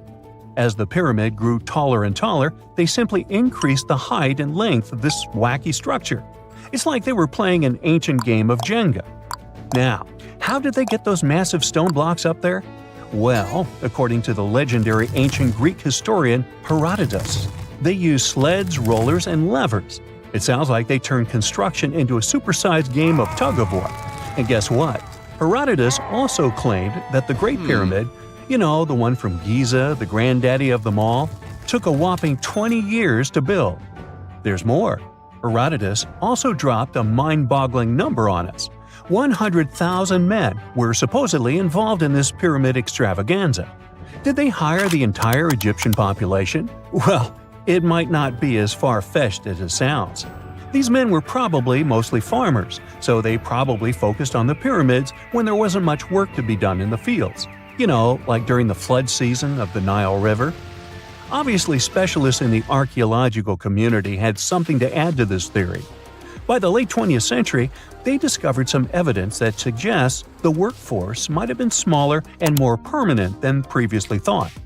Instead of a massive army of 100,000 pyramid builders, they proposed that a modest crew of around 20,000 workers, accompanied by support personnel like bakers, physicians, and even spiritual leaders, could have gotten the job done. There was also this theory that claimed that the pyramids were actually built from the top downward. It suggested that these colossal structures were nothing more than isolated hills used as quarries.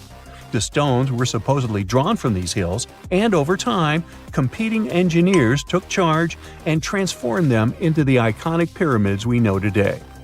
Now, before you dismiss this theory as a wild fantasy, some folks thought it wasn't completely crazy. After all, there are instances where isolated hills exist, so maybe this theory had a tiny glimmer of truth. Whether it involved ramp building or ingenious work schedules, one thing is clear. Those pyramids have definitely left their mark on history and on our imaginations. Now, speaking of ancient Egyptian mysteries, there's this gigantic unfinished obelisk sitting in ancient Egypt, and scientists are trying to figure out how it was shaped. Now, some people suggest that our industrious ancestors used handheld pounders to get the job done. One expert has a different take on the matter, though. He argues that if we take a closer look at the pattern left behind by the shaping tool, we'll notice something peculiar. The walls of the trenches surrounding the obelisk display a neat and even pattern, which is pretty unlikely if they were pounded away by mere mortal hands. According to this expert, those horizontal striations are usually the result of a tool that takes breaks while removing material, leaving its mark on the surface. But wait, there's more. Imagine the tool being rocked back and forth against the trench walls, clearing away the waste to keep the trench from narrowing. Well, in that case, the tool might have left some funky horizontal striations where it was pressed against the sidewall.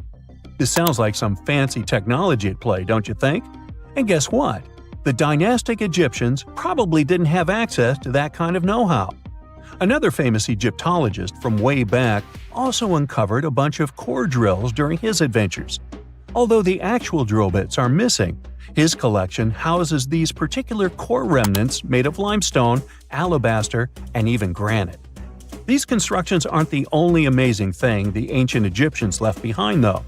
As it turns out, the Egyptians were the genius minds behind the creation of the handheld mirror. Yeah, that little mirror you use every day to check yourself out. But here's the twist. These mirrors are like pieces of art. They were decorated with inscriptions and figures. But that's not all. The Egyptians had a serious concern with their appearance. They knew the importance of personal hygiene and looking fabulous.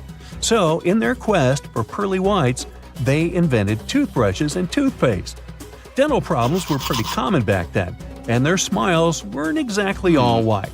Dentistry wasn't their strongest suit, you see. Maybe their minds were distracted by all that pyramid building. So that doesn't mean those ancient toothpaste recipes weren't amazing. One delightful concoction included rock salt, mint, dried iris petals, and pepper. Some brave dentists in the 21st century tried it out, and it worked pretty well. Ground-up ash was also used in another recipe to create a tooth cleansing paste. Mint was missing, so that didn't do much for their breath. That's when the genius Egyptians came up with the world's first breath mints. They made tablets from heated spices like cinnamon, and they mixed it with honey. Now, let's shift gears to home decor, Egyptian style. They surely took ornamentation to the next level. While the concept of decorating furniture started in Mesopotamia, the Egyptians cranked it up a notch. They went all out with different colors of ink and even developed various weights of paper. Oh, and let's not forget about those cute little area rugs we all have in our homes today. Guess who came up with the idea? Yep, the Egyptians. They used the versatile papyrus plant to make those cozy rugs. And speaking of trends, the Egyptians loved their knickknacks. They had an assortment of small figurines in the shapes of cats, dogs, and people. These statues were made from various materials, like simple sun-dried mud to the ultimate bling of gold. It all depended on how loaded you were. The Egyptians were also all about farming, and they knew that clean water was crucial for their crops and animals. That's why they came up with some nifty inventions and techniques to make sure their land was fertile and their plants were happy. First off, they had the genius idea of using ox-drawn plows. They had two types of plows, heavy and light. The heavy plow would strut its stuff, cutting deep furrows in the soil, while the lighter plow followed behind, fluffing up the earth. But they didn't stop there. After plowing, the Egyptians would break up clumps of soil and sow the rows with seeds. To give those seeds a good old squish into the furrows, they'd march their livestock across the field, effectively closing up the furrows. But hey, all that hard work would be pointless if their seeds were as dry as the Sahara. That's where irrigation comes into play. The Egyptians were so good at it that other cultures, like the Greeks and Romans, couldn't help but copy their techniques. Now let's switch gears and talk about the marvelous architecture of ancient Egypt. These folks weren't just skilled farmers, they were also architectural maestros. They built these fancy canals to carry water to farms and villages, and boy, did they know how to make those canals look pretty. Just imagine strolling along a canal lined with ornate structures. The pharaoh Ramesses the Great was quite the overachiever when it came to construction. One of his mind-blowing creations was the construction located at Abu Simbel. This building was designed so that twice a year, the sun would shine directly into it and illuminate the statues of Ramesses. And let's not forget about the corbelled arch. Without this architectural gem, we'd be missing out on some mind-boggling structures like the Great Pyramid. The Egyptians knew how to make things stand tall and proud, thanks to their engineering and construction wizardry. They built grand halls and inner sanctums that make your jaw drop. And some of these temples doubled as astronomical observatories. Secant, cosine, tangent, sine, 3.14159. Yeah, that was the cheer we heard coming from the Trigonometry Club back in the day. For the rest of us in math class, terms such as sine, tangent, and pi were just bewildering. Who invented these and why? Was their only purpose to make it harder for students? Well, not quite. Trigonometry was invented by the ancient Egyptians. They needed this knowledge to construct pyramids, and they did a pretty good job too. The Great Pyramid in Giza still stands today, some 4,500 years after it was built. No recalls either. So let's get out of that classroom and on a journey through time to reveal the secrets behind the ancient Egyptians' precision. Here you are, standing on the Great Pyramid's construction site, some 9 miles from Cairo. Well, the city still isn't there, as you're surrounded only by the desert and teams of construction workers. They're transporting large stone blocks weighing 2.5 tons each. They're inside a wooden sled that sits on large rollers. A crew of 8 men rolls these blocks along the ground. You immediately think of the rollers on a supermarket cash register. The principle is exactly the same, but the scale is greater, much greater. Scientists estimate that the Egyptians used 2.3 million such blocks in the Great Pyramid alone. And the block in front of you is one of the lighter ones. The heaviest of them weighed up to 15 tons. But where did all these blocks come from? Most of them originated from quarries around Giza. It's not that impressive, you think? But wait until you hear how ancient engineers transported the granite used in construction over 500 miles to the pyramid. There were no railways or highways back then, but the mighty Nile was always there. Researchers even believe that the Egyptians dug a canal to connect the Nile directly to the pyramid's construction site. All they had to do then was to wait for the flood season to begin, and voila! The rising water levels floated the heavy stone blocks for them. But how did they lift the enormous stones on dry land to stack them up to the top? Did they use oversized cranes? Well, ancient Egyptians worked around this problem, literally speaking. One of the workers is now pointing to the giant ramp going around the pyramid they're building. This is how a mountain road zigzags its way to the top. If the ramp went directly to the top of the pyramid, then workers couldn't pull the stone blocks along it. It would be too steep. Scientists have calculated that 8% could be the maximum incline. So ancient Egyptians just extended the ramp around the pyramid. Again, these are all theories, as the ramp could have been inside the pyramid, as some researchers suggest. The exact building method is still a mystery, guarded by the Sphinx. That's its real name, right? Wrong. As the Great Sphinx is just the statue's alias. You know, the name writers take when they want to hide their true identity, or a singer's stage name. The Sphinx's real name, translated from Egyptian, means Horus in the horizon. That was the name for the Egyptian deity of the sky. The trail of mystery doesn't end there. As a man walks past you with a bucket of paint, he's going to add a touch of color to the Great Sphinx. Researchers found specks of this red color next to its ear. That was some strong paint, as it survived for thousands of years. You are now standing straight in front of the Sphinx. You look up. It's very tall, right? 66 feet to be precise. Now resist the urge to take a selfie. You can do it. Now you notice something else. It looks like the Sphinx is in the center of a giant triangle in the back. That's one side of the Great Pyramid. And no, your eyes are not playing tricks on you. The Sphinx really does sit in the center of the pyramid's lateral face. Here's where math comes in handy. A pyramid has 4 sides, called lateral faces. There's also a 5th face, the base, but that's not visible. It's, wait for it, face down. The Sphinx has one last mystery to reveal: its age. Scientists agree that Pharaoh Khafre built the Sphinx. He ruled after his father, who had built a great pyramid nearby. So both structures were finished around the same time. Let's talk about numbers again. You've heard of Cleopatra, the Egyptian princess described as a woman of great beauty. Hello? She saw the pyramids, but she lived closer to the time of the first iPhone than the time of the people who built the pyramids. Fascinating, right? You can see thousands of people around you. They're working hard to build the pharaoh's tomb. But how many of them are there exactly? One Greek philosopher estimated there were as many as 100,000 workers. Seems like an okay number for such an enormous structure, but it can't be true. Science simply can't back up this number. Egyptologists put the total number of workers at 30,000. And yes, Indiana Jones was one of them, at least on the big screen, but he showed up late. Egyptologists know a lot about the pyramids, but not everything. Not because they don't want to, but because they haven't yet dug up enough evidence.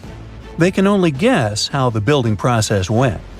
First, engineers would arrive to choose the right spot and do the necessary measurements. That's why they needed all that complicated math. Then, it's time for sourcing the material, the large stone blocks I mentioned earlier. When boats deliver them to the site of the future pyramid, workers can finally do their thing. They operated in smaller groups, but there were at least 2,000 of them chiseling and carving away at any given time. Sounds like a typical construction site today? Well, that's because it is, just thousands of years ago. It's amazing what ancient Egyptians were able to achieve with just copper and stone tools. The pyramid is now complete in front of you. But is it the same pyramid we see today? Why is this structure shining bright in the desert sun? Isn't it supposed to be a dusty yellow color? Well, no. Human activity and the elements have completely stripped the outer layer of stones over time. Expert craftspeople polished these blocks using nothing but stone and sand. The end result was a smooth and shiny rock. On the day it was completed, the Great Pyramid of Giza was a perfect triangle of light. Its polished sides acted like giant mirrors, reflecting the powerful Egyptian sun. This is the point where you should put your glasses on, and that shiny thing you see at the pyramid's very top is actually gold. The capstone at the top of the pyramid is called a pyramidion. It was covered in sheets of gold. As you can guess, these were the first stones to disappear.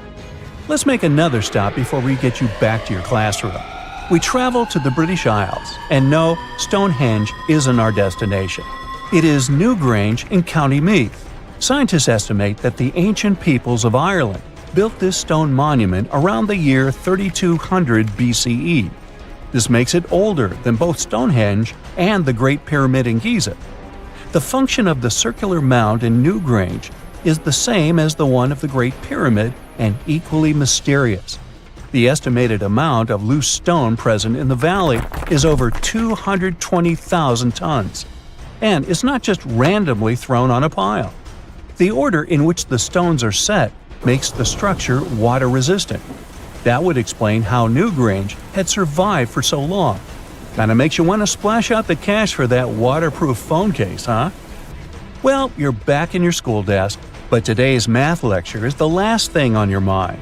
You're thinking about how great the Egyptian pyramids are, and if we have something similar today.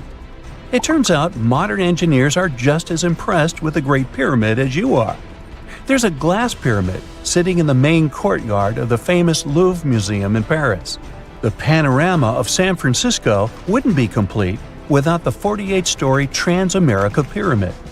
But Las Vegas went the furthest. There we find the Luxor Hotel. It's so big that it's the third largest pyramid on the planet. And guess what's in front of it? Yup, a replica of the Sphinx.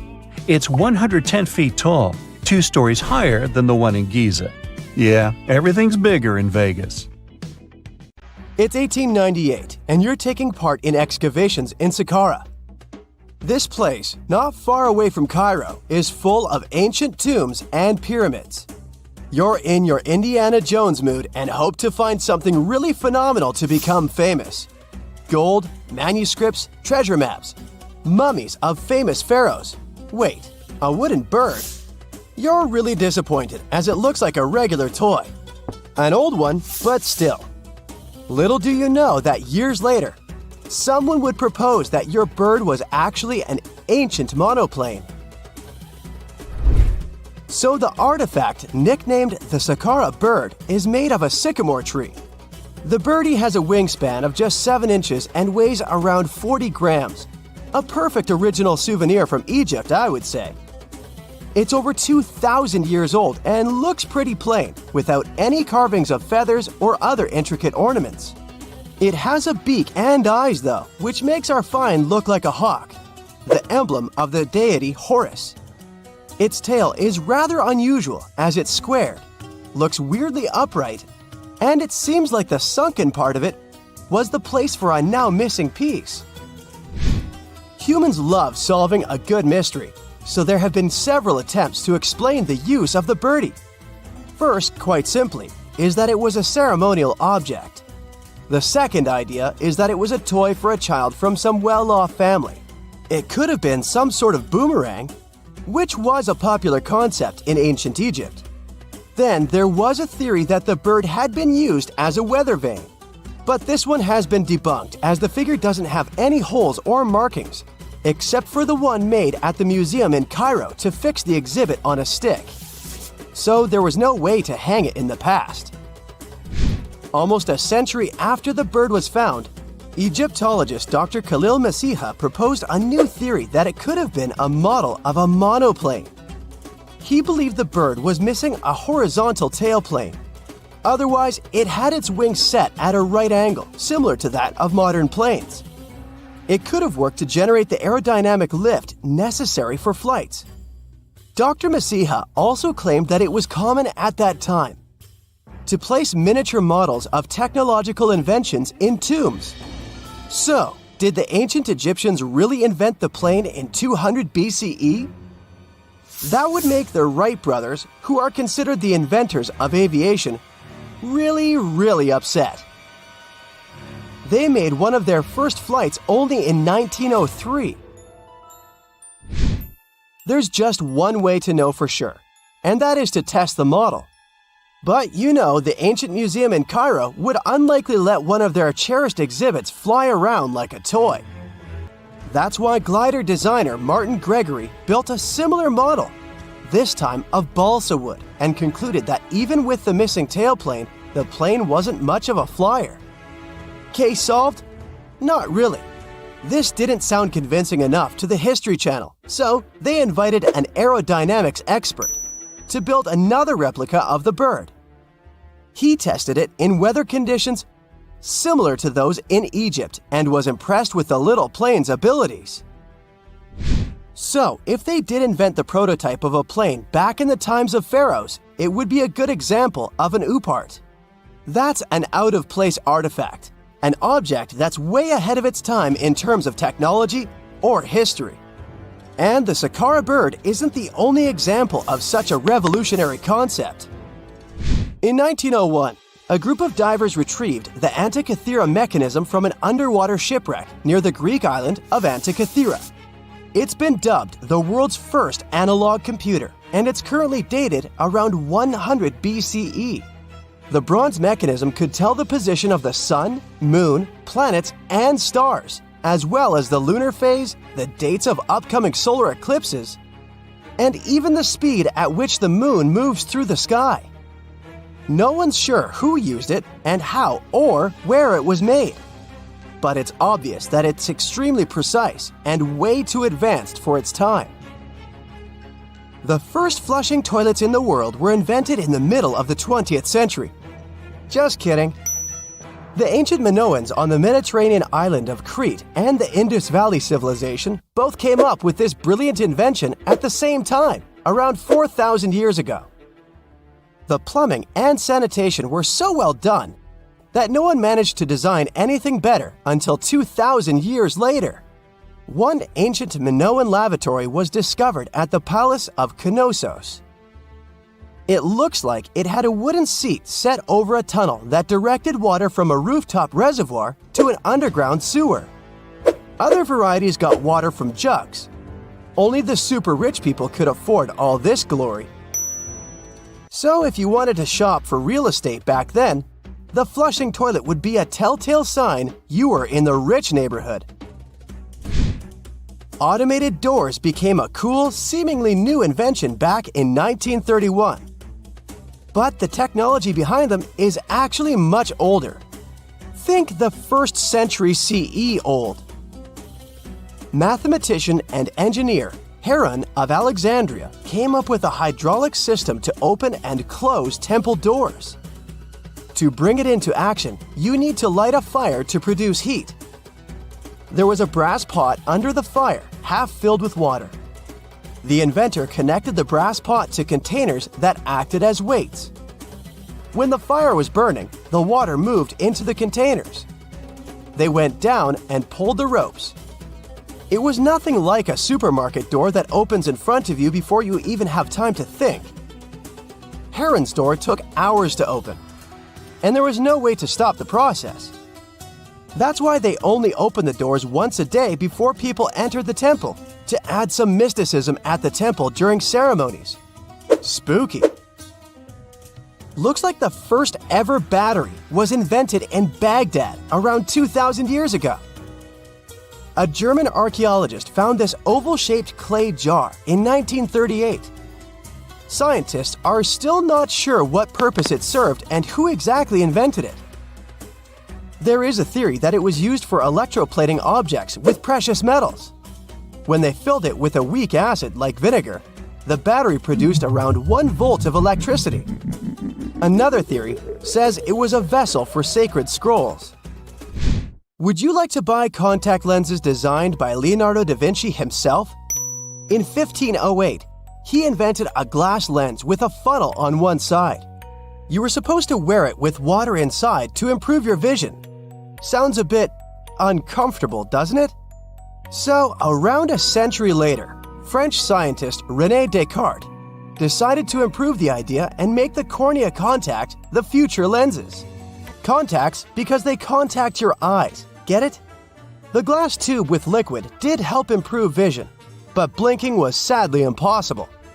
2.5 centuries later, new technologies in the glass industry let scientists design contacts that would fit in the eye and even let the wearer blink. Thanks, guys! Still, those lenses were made of heavy blown glass and didn't let the eye breathe. About 50 years later, contacts became plastic, lightweight, unbreakable, and scratch-resistant, but still covering the entire eye. And then, in 1948, an English optical technician accidentally sanded down a plastic lens and figured out they'd still be in place even if they covered only the cornea. Imagine you're living in 19th century London and need to send a message to New York. It would have taken about 10 days to get there by ship. So when delivery time went from days to hours in 1858, it was a true sensation. The first message was sent by Queen Victoria herself. It was all made possible thanks to the transatlantic telegraph cable, running under the ocean. Sadly, the new cool invention only lasted a few weeks. It took years to bring it back to life. When you hear the word mummy, you might get a chill down your spine. That's because most of us associate this word with those creepy characters we've seen in some scary movies. But in reality, mummies have helped us understand a lot about ancient civilizations, their rulers, and about how people used to deal with losing their loved ones. The people most famous worldwide for their mummies are the ancient Egyptians. They believed that some sort of existence after passing away was possible, if certain conditions were met. That's why they insisted on preserving the human body through the process of mummification and placing the mummy in a furnished tomb, kind of like giving it a fully functioning apartment of its own. Why did they believe in this? Well, because they were deeply connected to their natural environment for the most part. They saw the natural cycles around them, like how the sun rose every day, followed by the moon, or how new life was always sprouting from plants, even after they had wilted away.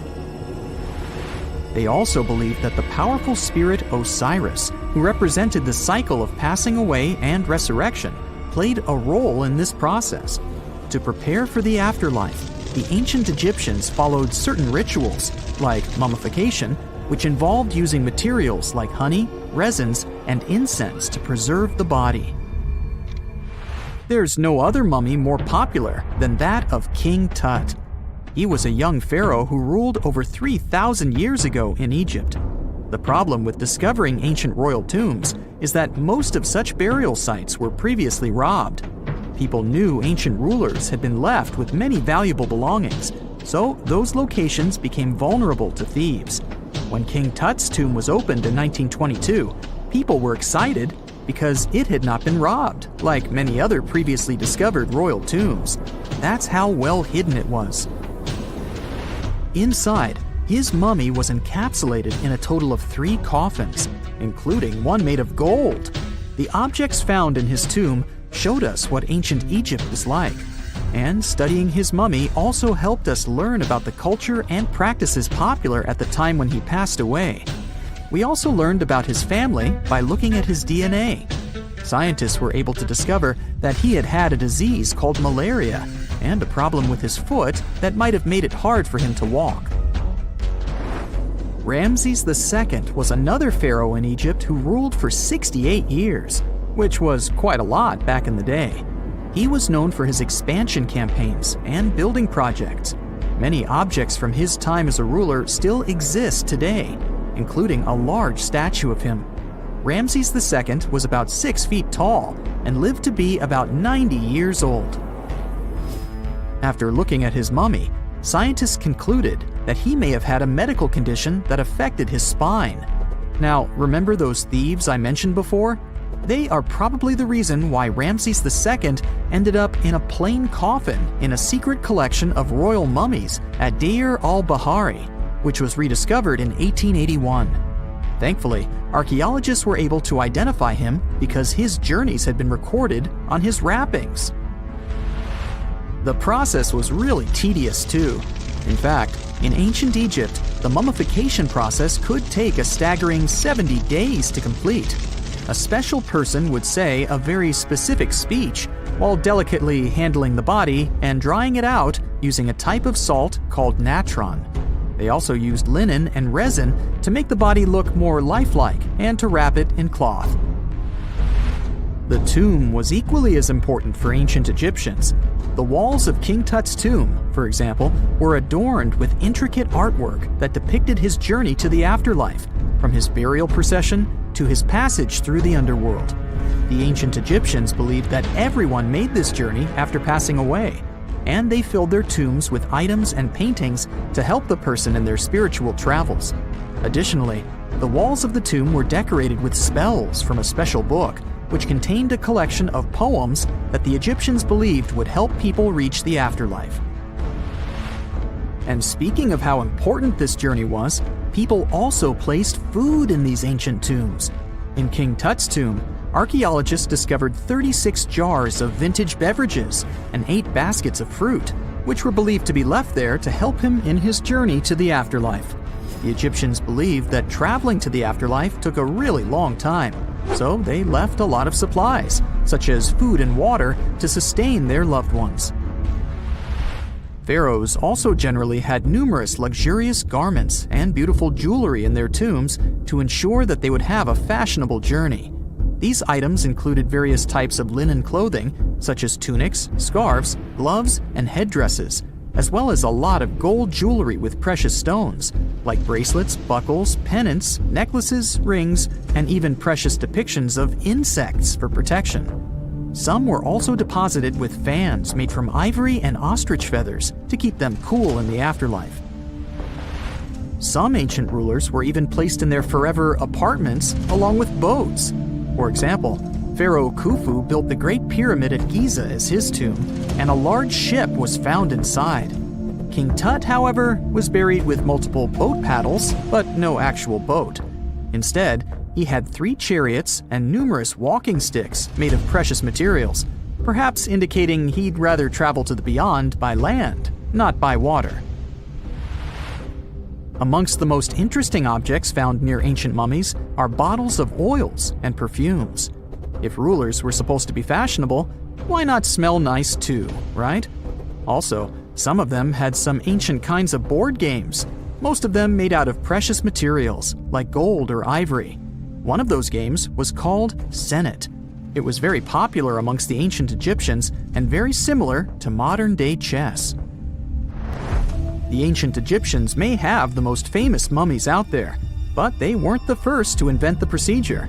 In fact, it all started in South America with an ancient civilization named the Chinchorro. As far as we know today, these people were the first to mummify their loved ones that had passed away. They did it somewhere around 2,000 years before the Egyptians started their own rituals. Sure, we can tell a lot about ancient rulers by studying these mummies, but until recently, we had no idea what they really looked like during their lifetime. Not so long ago, though, some very special mummy paintings were found by archaeologists studying ancient Egyptian objects. These mummy portraits are highly detailed paintings of individuals that were made while they were still alive. Such paintings were often painted on wood, as opposed to the classical portraits we all know about, which are painted on canvas. They are known for their realism and beauty, and have even been used by researchers to diagnose diseases by comparing them to the corresponding mummies. Some of these portraits also include depictions of jewelry, which was later found on the mummies. The recent discovery of these mummy portraits in Central Egypt is significant, as it marks the first time in over a century that such paintings have been found. Mummies appeared all around the world naturally, too. Mummification can occur without people intervening because of natural conditions, like extremely cold or hot environments, places with a lack of oxygen, or accidental exposure to chemicals that preserve the body.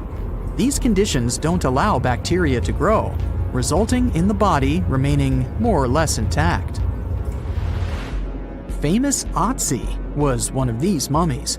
We know today he was a man who lived around 5,000 years ago in Europe.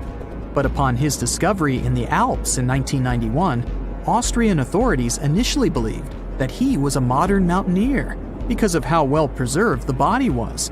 However, after the Iceman was removed from the glacier, it was determined that he was actually from the Copper Age. No man shall ever find my tomb. That's what, according to rumors, Cleopatra once said. Rumor has it really wasn't about the gender. She wanted no living soul to disturb her, and I think she meant that no human would ever discover the location of her grave. But, surprisingly, it was indeed a woman who was closer than anyone before to finally discovering the Queen's resting place. Meet Kathleen Martinez Berry, a criminal lawyer turned archaeologist. She got so intrigued with Cleopatra's story that she packed her bags and went to Egypt with no official support and even no permission from the authorities. All she had was pure determination to find the Queen's tomb. Now, you could say Kathleen had always been ahead of the game. She skipped grades in school, mastered piano, chess, swimming, and martial arts, and grew up listening to top intellectuals debating in her home. And she even got her law degree at just 19, and archaeology was her side passion. She had never actually been to Egypt, never dug up a single artifact. But her fascination with Cleopatra went all the way back to an argument with her father in 1990. That day, she walked into his library looking for a copy of Antony and Cleopatra by Shakespeare. Her dad, Fausto Martinez, a professor and legal expert, casually called Cleopatra a seductress. Kathleen wasn't having it. She fired back, arguing that history had been totally unfair to Cleopatra. The Romans, she said, wanted to destroy her reputation, and for centuries, people had just believed their version of the story. The debate went on for hours, and in the end, her father admitted maybe he had judged Cleopatra too harshly. That conversation changed everything for Kathleen. From that day on, she read every ancient text she could find, especially Plutarch's account of Cleopatra and Mark Antony. The more she learned, the more convinced she became that Cleopatra wasn't just some queen who fell for the wrong guy. She was a genius, playing a dangerous political game to keep Egypt independent. And the more she read, the more she started thinking, what if everyone had been looking for Cleopatra's tomb in the wrong place? That thought stuck with her. When she was caring for her second child, she earned a master's in archaeology. Multitasking. That reignited an obsession that would take over her life, uncovering the truth about Cleopatra. Even though most experts believe that Cleopatra's tomb, along with the final resting place of 13 other Ptolemaic rulers, lies somewhere beneath modern-day Alexandria, Dr. Martinez has a different idea. She believes Cleopatra was buried at Taposiris Magna, an ancient temple dedicated to Osiris, the Egyptian deity of the afterlife. But she still needed an ancient foundation plate. These plates, about the size of a smartphone, were placed beneath important temple structures and often contained inscriptions explaining when and why the temple was built. If she could find a plate that confirmed the temple was dedicated to Isis, Cleopatra's patron deity, she'd have solid proof that this was the right place to look. Nothing could deter Martinez. She excavated the entire temple site, digging deeper than anyone before her. Her team found coins with Cleopatra's name and face stamped on them. It meant Cleopatra had a direct connection to this site. Then, they uncovered something even more interesting: a tunnel used to bring water to people, leading straight from the temple into the Mediterranean Sea. So, if parts of the temple had already sunken into the water, could Cleopatra's tomb be down there too? Martinez needed proof to convince Egyptian authorities to let her search underwater. And, against all odds, she found the missing foundation plate. On it, the pharaoh offered a large area of Nubia to deity Isis. That was it, the confirmation she needed. The temple was indeed dedicated to Isis, proving her theory wasn't just speculation. If one temple was on land, Martinez suspected the second temple, possibly Cleopatra's tomb, had collapsed into the sea.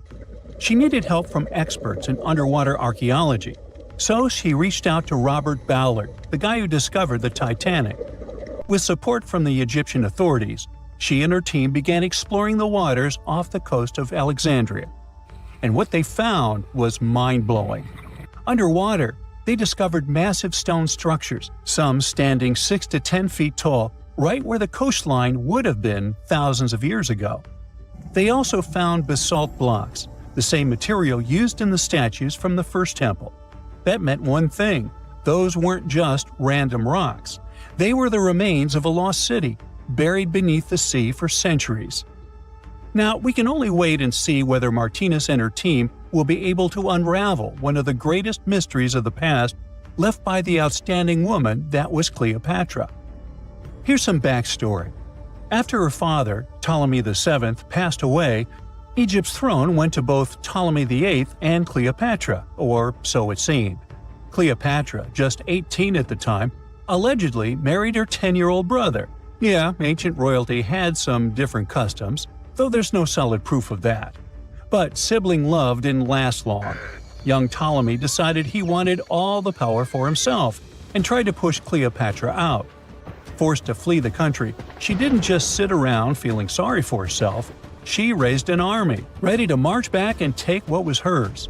That's how, at 21, she was already in the Sinai desert, leading an army and planning her return to the throne. Now, by that time, Cleopatra had already been locked in a powerful political, and not only political, alliance with Julius Caesar.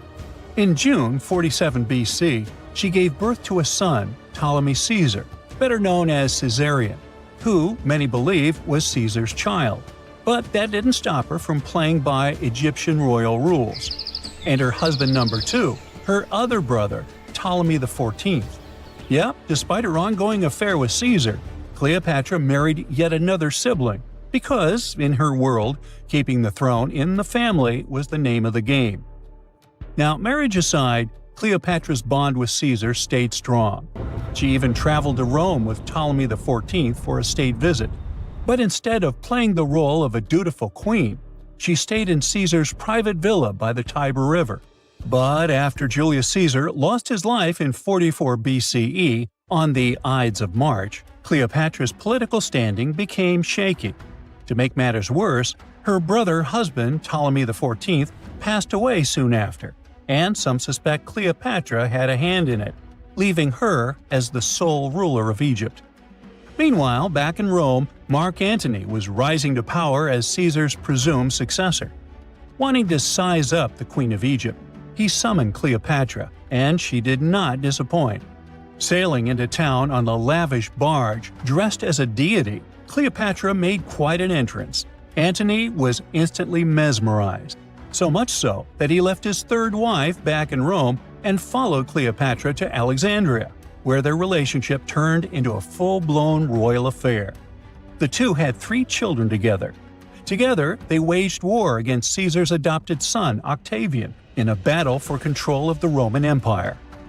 The last time the queen was seen, she was in her mausoleum, dressed in full royal splendor, diadem on her head, lying on what Plutarch called a golden couch. When Antony and Cleopatra lost at Actium, Octavian's forces marched into Alexandria. Cleopatra apparently knew the end was near, so she locked herself inside her mausoleum, surrounded by gold, silver, pearls, and priceless art. Those were the treasures she threatened to burn rather than let the Romans take them. Antony, meanwhile, wasn't going to let the Romans capture him alive. He wounded himself with his own sword, but before he passed away, he was carried to Cleopatra's side. She held him as he took his last breath in her arms. A little over a week later, Cleopatra made her own choice. Rather than face humiliation as Octavia's prisoner, she ended her life. Legend says it was the bite of a deadly asp, though history isn't quite clear on that. At the time, Cleopatra was only 39. Sounds like a rather full life to me. In November 1922, a boy walked through the desert mountains of Egypt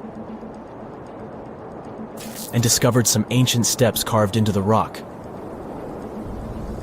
Subsequently, this find became one of the world's largest and most significant archaeological discoveries.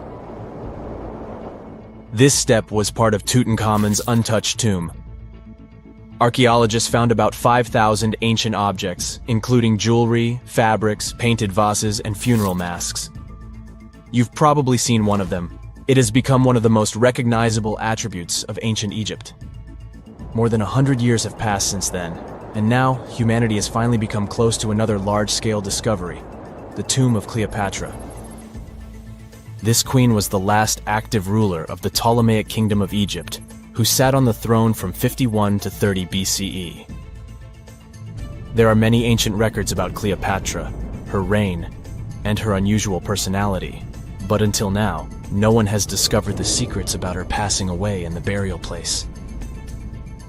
So, one archaeologist, Dr. Kathleen Martinez, has been studying ancient records and temples around Alexandria for decades, and concluded that the tomb of the queen should be located under the ancient city of Taposiris Magna, founded in 280 BCE.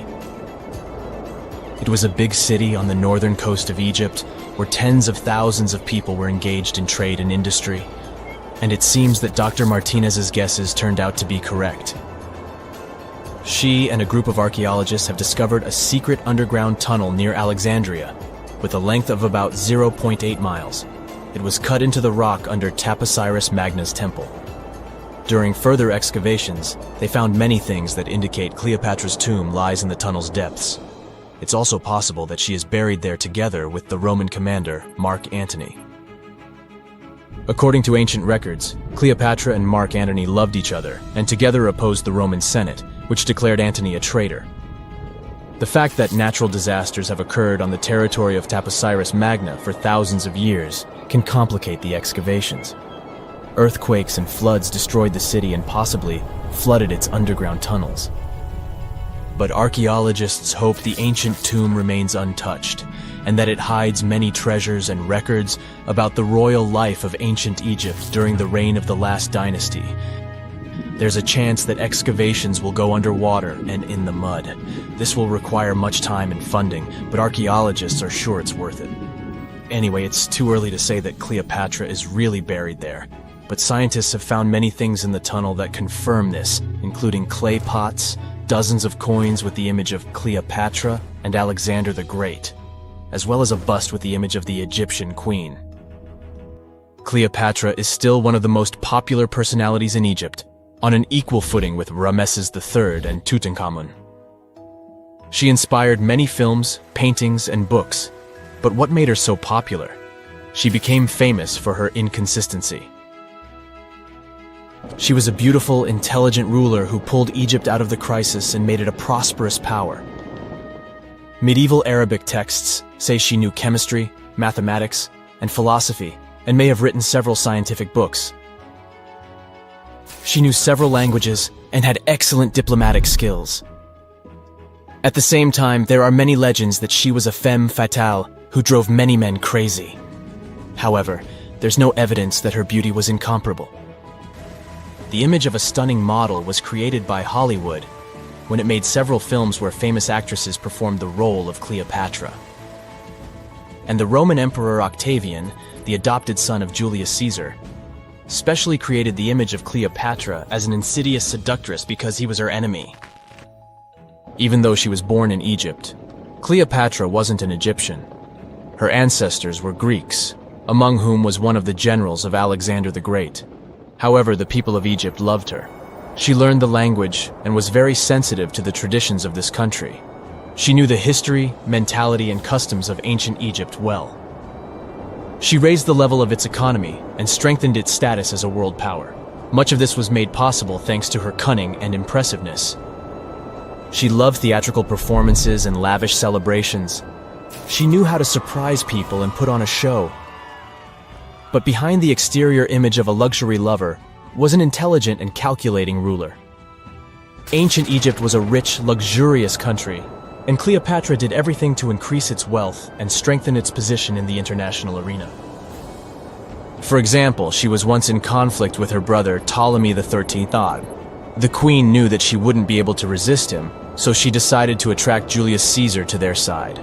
The Roman emperor arrived in Alexandria, where Cleopatra wanted to meet him, but Ptolemy knew about her plans and was about to prevent her from coming to Caesar. Then, instead of a rich and noisy arrival, Cleopatra decided to make her visit inconspicuous. She wrapped herself in a carpet or linen bag the emperor's servants carried into Caesar's private chambers. Cleopatra emerged from the carpet and impressed the Roman emperor with her beauty and determination. As a result, they fell in love with each other and became close allies. After some time, she impressed another influential Roman for diplomatic purposes. She arrived to meet Mark Antony on a golden barge with purple sails and silver oars.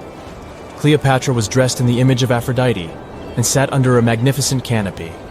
Her servants dressed like cupids and were blowing her fan and burning incense. But Cleopatra created such a show for a reason. She knew that Antony revered Greek mythology and considered himself the embodiment of Dionysus. As a result, he was so impressed with this woman that he ended up marrying her. Cleopatra defended her crown, strengthened her alliance with Rome, and bore Antony 3 children. In Egypt, they threw big parties and enjoyed wealth with power. However, the relationship of a high-ranking official with the Egyptian queen caused a scandal in Rome. Octavian was Antony's primary opponent in the struggle for power, so he exploited the situation to darken the competitor's reputation. He used propaganda to make Cleopatra an insidious seductress in the eyes of Roman citizens. He accused Antony of succumbing to her charms. The Roman Senate supported Octavian and declared Cleopatra an enemy.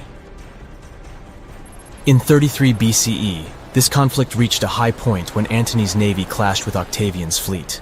The latter won and forced his enemy to flee to Egypt with Cleopatra. According to some records, they took refuge near Alexandria. Pursued by the Romans, they hid in one of Cleopatra's palaces and met their end. Some legends say that Cleopatra was an expert in poisons. She provoked a venomous snake, a viper or an Egyptian cobra, to bite her. Also, according to another legend, she pricked herself with a poisonous needle. There's a theory that Cleopatra always carried an ampule with poison inside her hairbrush. And when she was cornered, she soaked the needle with this poison and pricked herself. None of this can be said for sure. Scientists are still trying to find out the truth. Perhaps when they reach Cleopatra's tomb, the world will get more answers about her tragic fate. She is considered the last ruler of Egypt. After her passing, Octavian plundered her palaces and temples and returned to Rome, where he became the main emperor. He successfully ruled the country and expanded its borders. His reign ended when he turned 75. World history would have looked different if Cleopatra and Mark Antony hadn't lost that naval battle. By the way, did you know that more time has passed between Cleopatra's reign and Neil Armstrong's flight to the moon than between the reign of the Egyptian queen and the construction of the Great Pyramid of Giza? Armstrong took a step on the Earth satellite in 1969, 38 years after the birth of Cleopatra. And the construction of the pyramid took place in 2560 BCE. Imagine how long the history of ancient Egypt is. Cleopatra is closer to us in time than to the pyramids. The ancient city of Taposiris Magna is hidden on the northern coast of Egypt. These days it has very little of its former glory, but what lies beneath it may hold the secret to uncovering a famous mystery, that of Cleopatra, the most memorable Egyptian queen in history. The recently discovered tunnel is also known as a geometric miracle for its time. Excavations have uncovered a 43-foot-long structure below the ground, which is partially submerged in water. Its shape and construction technique are similar to that of the Eupalinos tunnel, another amazing ancient discovery. This one is located in Greece and was built by excavating simultaneously from 2 points, aiming to have them meet in the middle. The use of math and geometry to make this construction was astonishingly precise for those days, more so since it was built near a mountain. Archaeologists that have been working on the Taposiris Magna site since 2004 believe this tunnel may lead to the lost tomb of Cleopatra. The clues they found so far seem to back up this theory. For starters, the city and its temple were built by one of Cleopatra's ancestors, Ptolemy II. All the architecture seems to indicate it was dedicated to the ancient spirit Osiris and his queen Isis. Throughout her reign, Cleopatra did try to associate herself with Isis, so it may be no surprise she chose this location as her final resting place. Scientists have yet to pinpoint Cleopatra's tomb, but research continues with the help of modern technology. To study this location better, archaeologists have even used a special device called ground-penetrating radar. This tool allows us to analyze what lies beneath the ground without being intrusive. Since this tunnel is so old, research needs to be done very delicately. Seeing pictures of what's underground before you start digging is incredibly useful and has been done here since 2011. Finally discovering Cleopatra's tomb may help us piece together her story, especially what might have happened during the last portion of her life, which is still surrounded by mystery. We still don't know the exact cause of her passing. Some believe she may have let herself be bitten by a poisonous Egyptian cobra. Others have suggested that she was well accustomed to toxic substances, even hiding some in her hairbrush in case she ever needed it. But that's not to say she chose to use it on herself. We do have a lot of other interesting information on Cleopatra that's equally as impressive, like the fact that she had a stylist.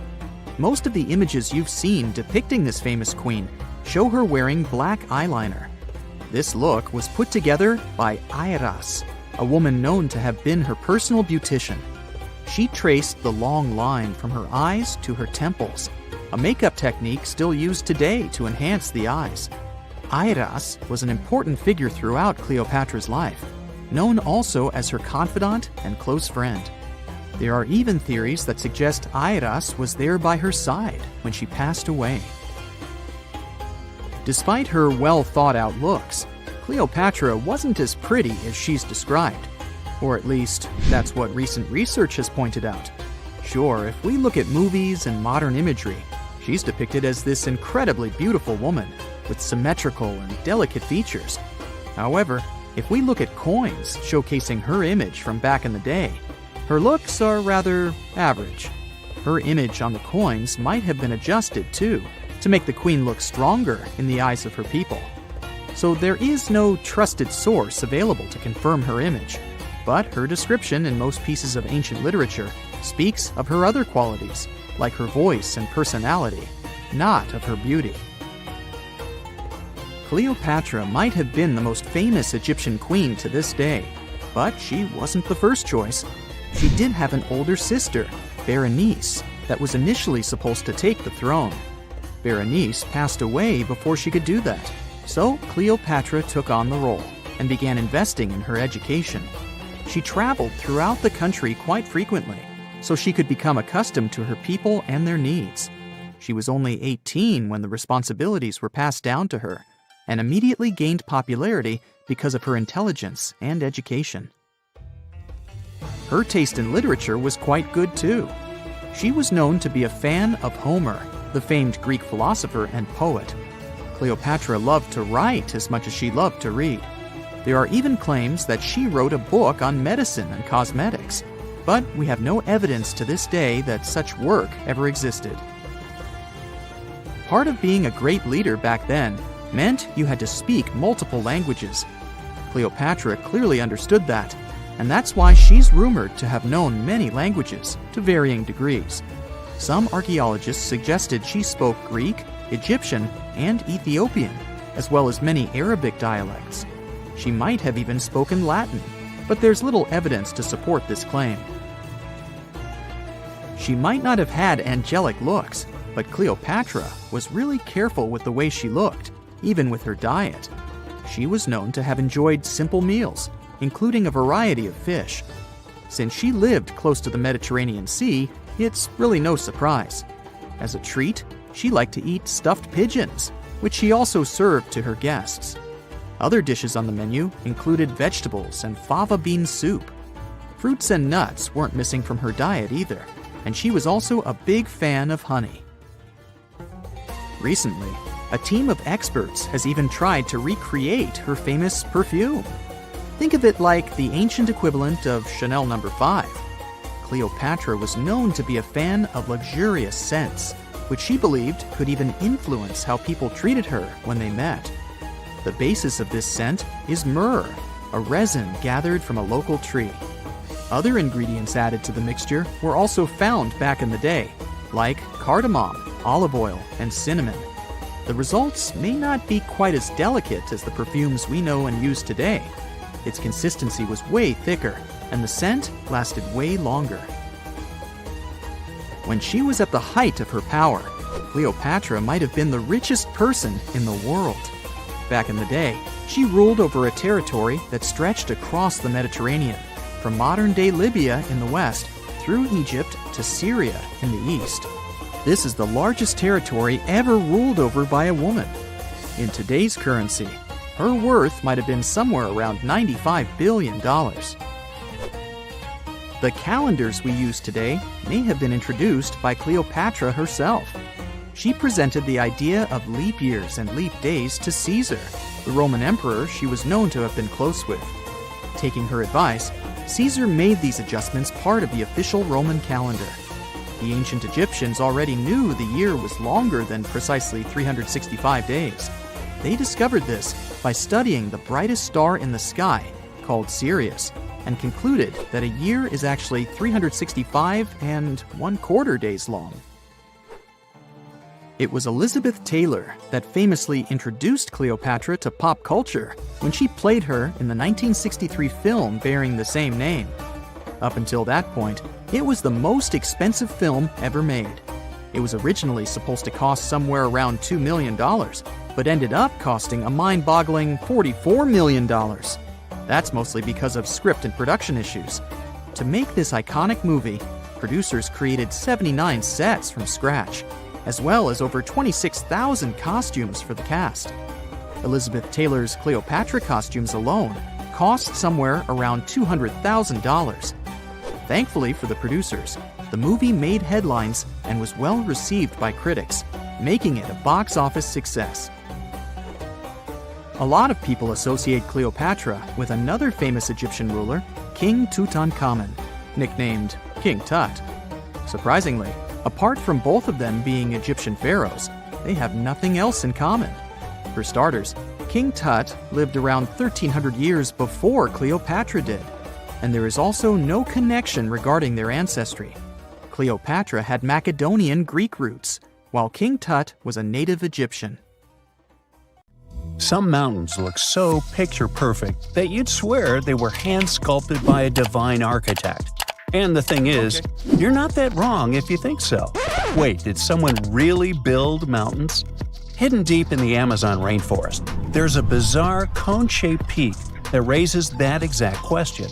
And halfway across the world, there's a landscape that looks like someone spilled a massive bag of Hershey Kisses across a green field. No, you can't make this stuff up.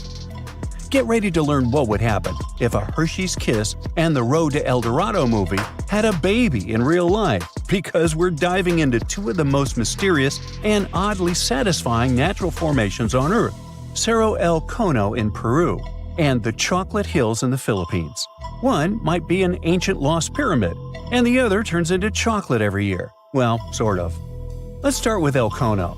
This strange, solitary mountain rises more than 1,300 feet above the treetops in the heart of the Amazon, right near the Peru-Brazil border. Sure, the Amazon is no stranger to mountains. There are impressive ranges, like the Amiri Mountains farther north and the Andes, not in the Amazon per se, but running along Peru's spine. But you see, El Cono is different.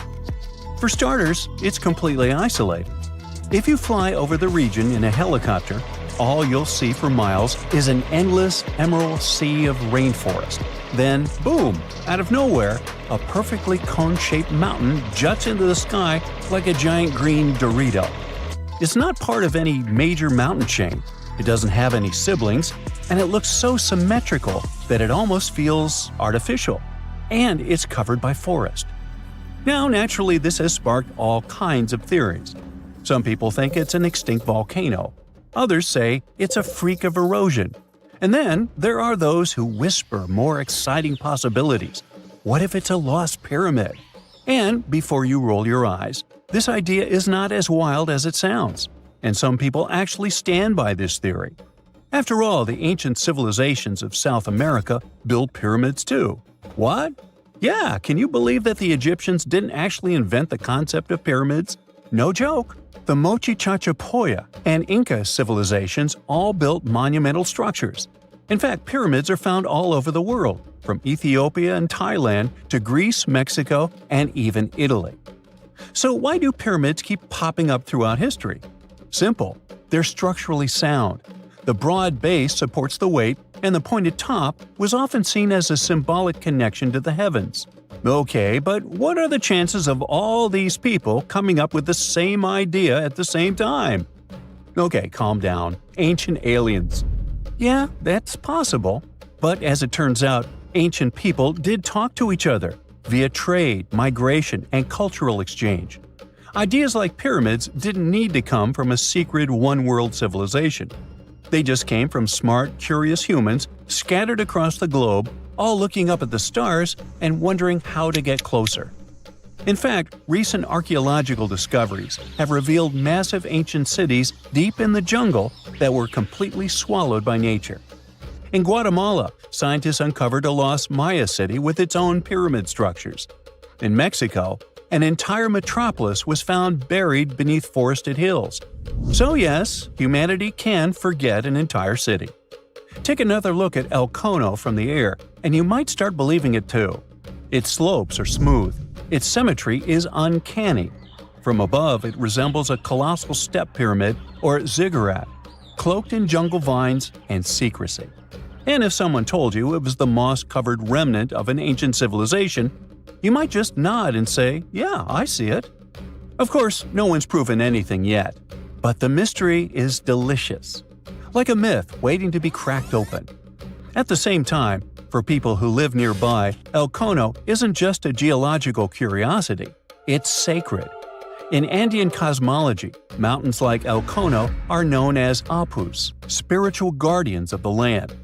These aren't just rocks, they're living beings, protectors, deities. Think Te Fiti from Moana, but South American and a little more mysterious.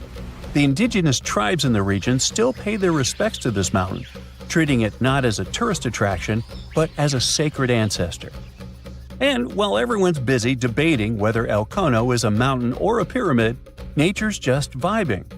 The area surrounding El Cono is now part of Sierra del Divisor National Park, created in 2015 to protect one of the richest ecosystems in the Amazon.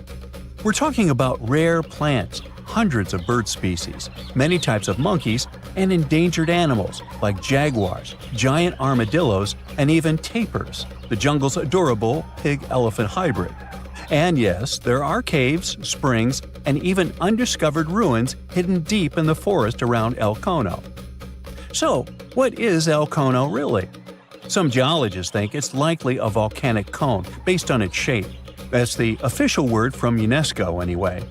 Others argue it's a rare example of erosional geomorphology, a fancy way of saying wind, water, and time teamed up to carve a perfect mountain out of the landscape. Like geological origami, shaped by millions of years of natural forces. But the truth is, we don't know. Not for sure. Not yet.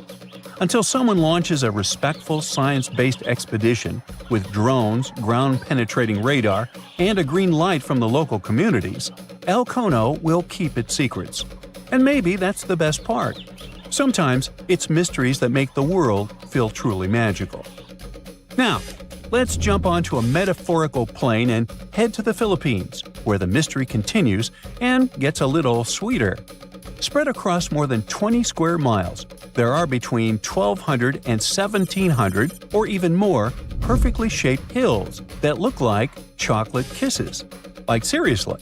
In the dry season, the grass turns brown, and suddenly, it's like someone dropped hundreds of Hershey kisses all over the landscape.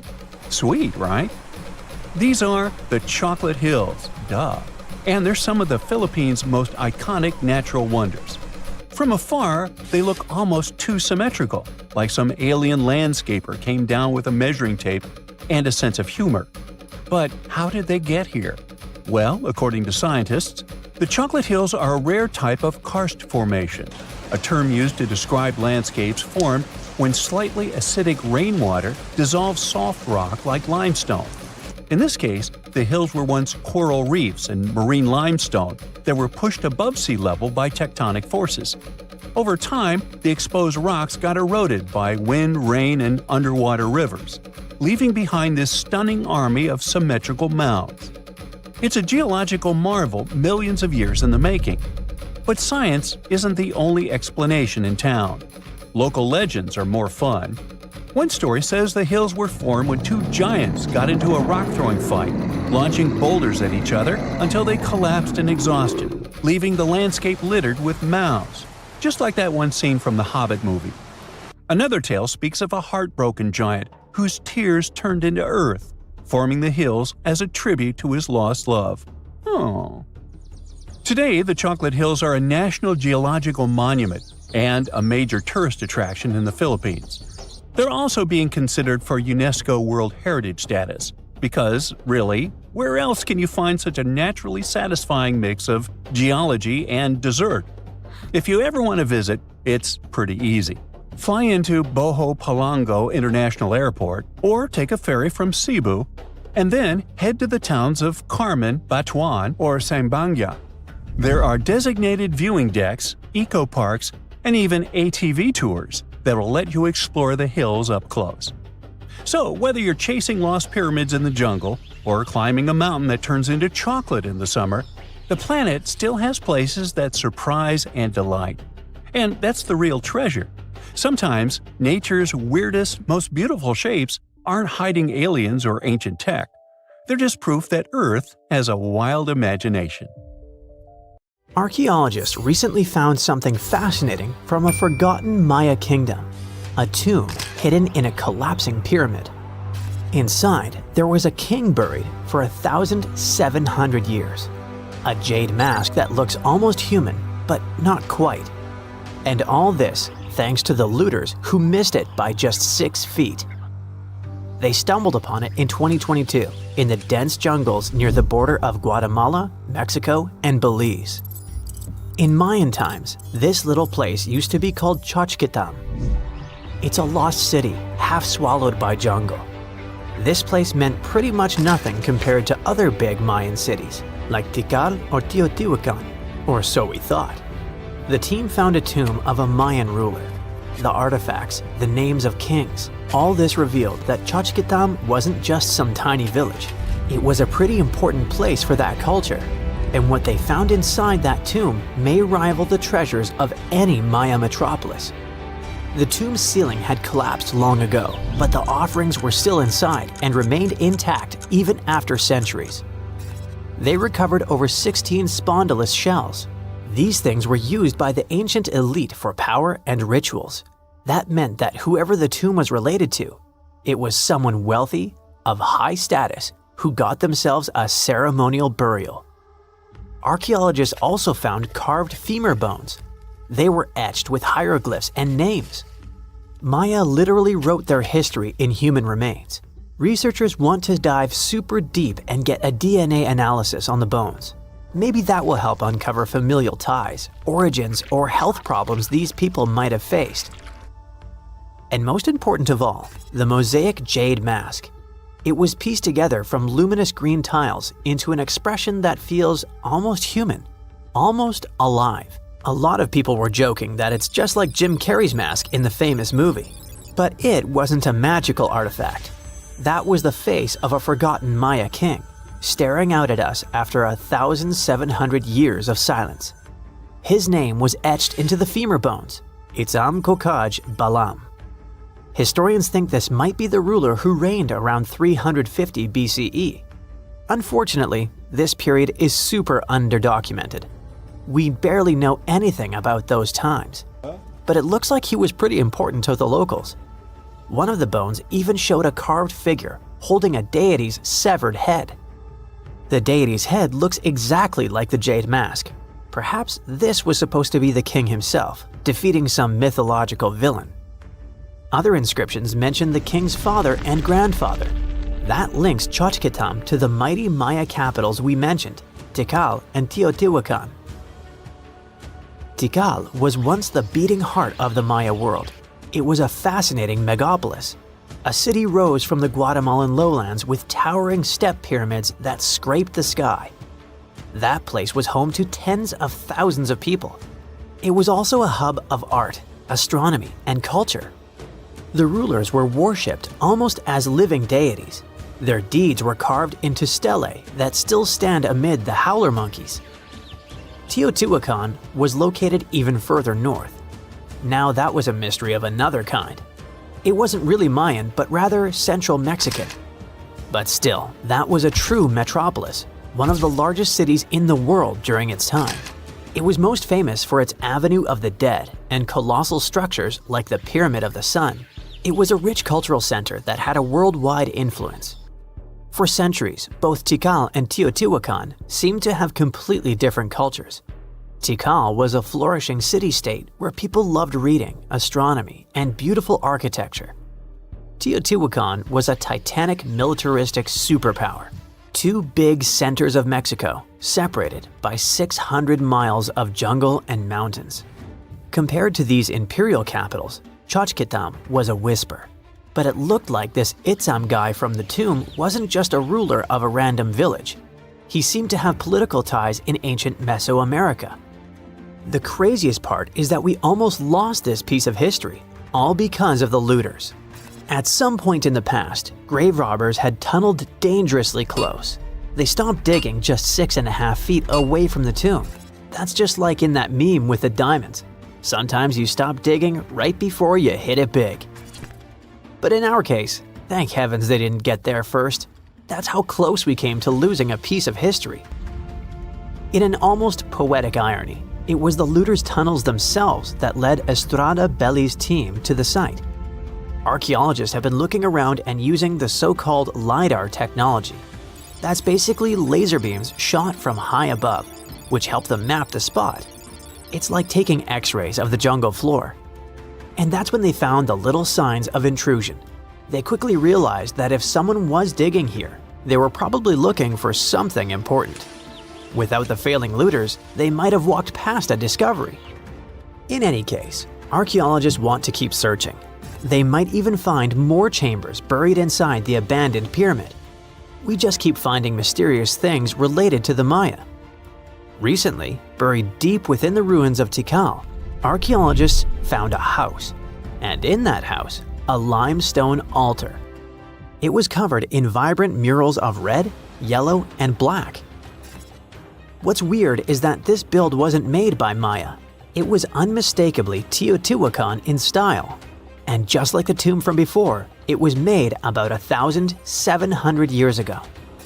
The altar was discovered inside a Maya-era residence known as Group 6DX7.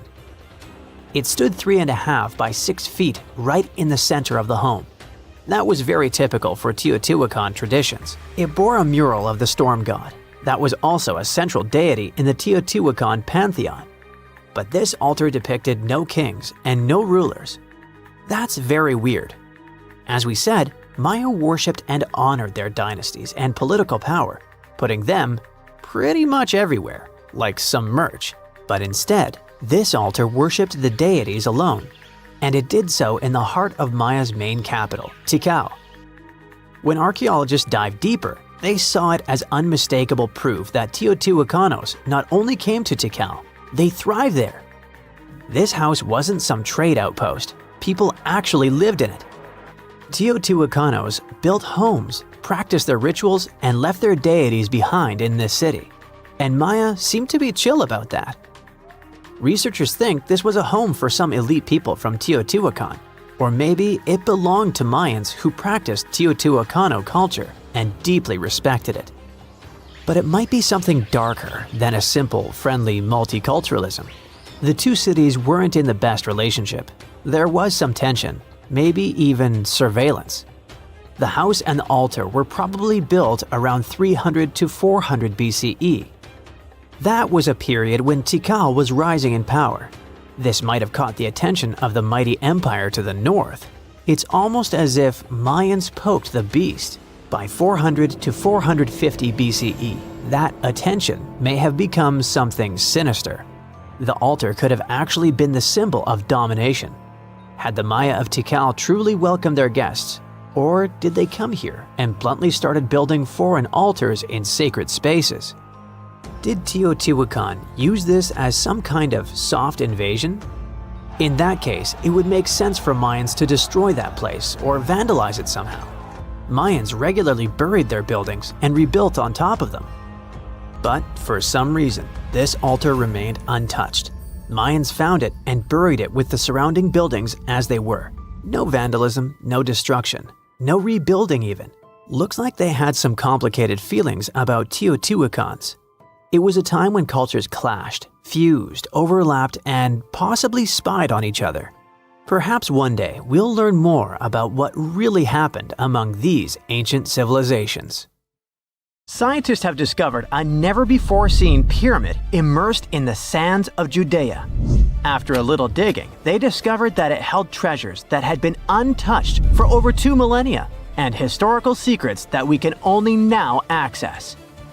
At the Zohar Fortress site, 2,600 feet above the Dead Sea, archaeologists were searching for manuscripts that would provide new information about the history of the site.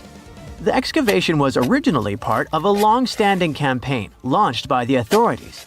Its goal was to protect the sites from looting and unauthorized excavations. What they didn't expect was to find a pyramid-shaped structure built on top of a hill, made of hand-cut stones, each weighing hundreds of pounds. At first, the experts thought it was just a tomb, but they soon noticed the shape of the original walls and understood that the mound was a construction. They immediately realized that someone had dug into the top of the structure, probably looters who had spotted something valuable there. Luckily, most of the structure was still buried in sand, so the most valuable finds were hidden from sight. In the first week of excavation, volunteers found fragments of papyrus, bronze vases, and even ancient furniture, which were exceptionally well preserved. The desert climate had been a great ally in preserving those artifacts over the millennia. With little humidity in the air, mold cannot form, so organic materials such as wood and fibers are protected from cracking and deformation. Hypotheses suggested that the pyramid had been built during the First Temple period. However, new discoveries have shown that it's more recent, from the Hellenistic period. Considering this and the fact that the structure dates back 2,200 years, it's believed that it probably appeared shortly after the death of Alexander the Great, the famous ancient Greek king of Macedonia. At that time, his generals divided the former Seleucid Empire. Ptolemy took control of Egypt and the surrounding regions, including the Dead Sea area, while Seleucus took control of the north, which is now part of the Middle East. It's still not known for sure whether the pyramid was built under the rule of the Ptolemaics or the Seleucids. Both Ptolemaic coins and coins from the Seleucid kingdom have been found at the site. Even so, many scholars believe it was built when the region was under Ptolemaic control. Evidence also suggests that the building, despite its longevity, collapsed at some point. But that's not why it was abandoned by the ancient Egyptians, which begs the question of what purpose it was built for. Some believe it was used as a tomb due to its picturesque location on top of a hill. Others believed it may have served as a historical monument. However, one of the strongest theories is that the pyramid was a guard tower, protecting an important trade route along which salt and bitumen resources from the Dead Sea were transported to coastal ports. They also believe it may have been used by Ptolemaic officials to collect taxes from travelers. It would be something equivalent to our modern-day toll booths, or even port inspection agencies.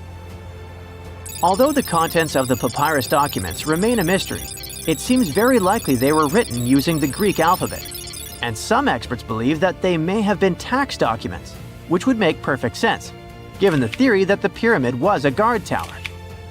The team calls it a fascinating historical mystery that the dig is helping to unravel, but the find is just a grain of sand in an entire desert. The dig is part of a larger project that's been going on for a long time. And in the last 8 years alone, it has scanned 111 miles of desert cliffs and identified approximately 900 caves within that radius. Using rappelling equipment, advanced technology, and specialized documentation methods, archaeologists discovered thousands of rare items, such as hidden scrolls, woodworking tools, carpets, leather goods, and even treasures. For them, the Judean desert is an ancient vault just waiting to be opened to reveal its secrets. A few years before they found the mysterious pyramid, they discovered a cave that had served as a refuge for Jewish rebels almost 1900 years ago. The site was about 262 feet from the top of a cliff, and because of its difficult access, it hadn't been explored yet. Inside, they found previously unpublished fragments of the Dead Sea Scrolls that contained religious passages written in Greek.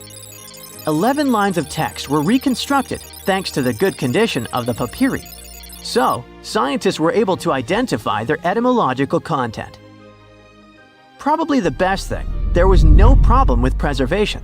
Thanks to the dry and hot conditions of the desert, the artifacts were in impeccable condition. And there were other historical treasures there. The teams found rare coins, a partially mummified skeleton over 6,000 years old, with skin, tendons, and even strands of hair. There was also a giant basket made of plant fibers, considered the oldest in the world, more than 10,000 years old. With a capacity of up to 26 gallons, it was made about 1,000 years before the invention of ceramics. Speaking of historical treasures, there's another one that has caught the attention of the scientific community. A small piece of fabric that is around 3,800 years old. But it's more than just simple fabric. Dyed with the rare scarlet paint mentioned many times in ancient religious texts, this find is the oldest known evidence of fabric painted with a dye made from insects known as scarlet worms. This is where the intense red hue comes from. It was a highly valued color, like royal blue and purple, because those insects lived in oak trees and could only be harvested for a short period during the year. So, those dyes were reserved for sacred fabrics, such as priests' clothes, marking status and religious importance. And although this discovery had great significance for archaeology, its size was actually tiny, measuring less than 1 inch. The fragment was discovered in 2016 during excavations in the so-called Cave of Skulls, but it's not known exactly how this fabric got there. According to experts, it's evidence that people knew how to dye wool fibers already 3,800 years ago or so. It also provides us with proof that the ancient textile industry already used animals at about the same time people began to create written sources. Fabrics painted using this type of dye were recorded in more recent periods. But what makes this piece really special is the fact that it is much older than any other. Another important discovery was made in 1980, when scientists found a seed that was over 1,000 years old, which turned into a mysterious tree named Sheba. They spent 14 years cultivating this plant, which is now about 10 feet tall, only to discover later that it could belong to an extinct lineage of trees that had grown in the region. The seed dates back to a period between 993 and 1202 CE, and they believe that Sheba may be a biblical tree commonly associated with healing. Although it's not been possible to identify the exact species, since the tree hasn't flowered, we know that it belongs to the genus Commiphora, which is related to famous African plants, such as the myrrh tree. But time has revealed something even more special. Its leaves and resins are rich in compounds that have medicinal, antioxidant, and even skin-soothing properties. This means that the tree may represent a forgotten lineage, whose resin had medicinal value and was mentioned in ancient texts. This brings to light how ancient people dealt with botanical medicine. Wow! Scientists have found a lost city beneath Egypt's pyramids. And it's incredibly large, bigger than the biggest target you can imagine. Underground chambers, passageways, and vertical structures. Scientists have no idea what purposes they serve. But let's start from the very beginning. Italian and Scottish scientists studying the Pyramid of Khafra discovered something that looked like secret tunnels under 3 pyramids. This find might change what we know about ancient Egypt. The expedition, called the Khafra Project, was led by Corrado Malunga from Pisa, Italy, and Filippo Biondi from the University of Strathclyde, Scotland. Their mission was to focus on exploring Khafra's pyramid, the second largest on the Giza Plateau. Scientists uncovered a massive structure beneath the Pyramid of Khafra.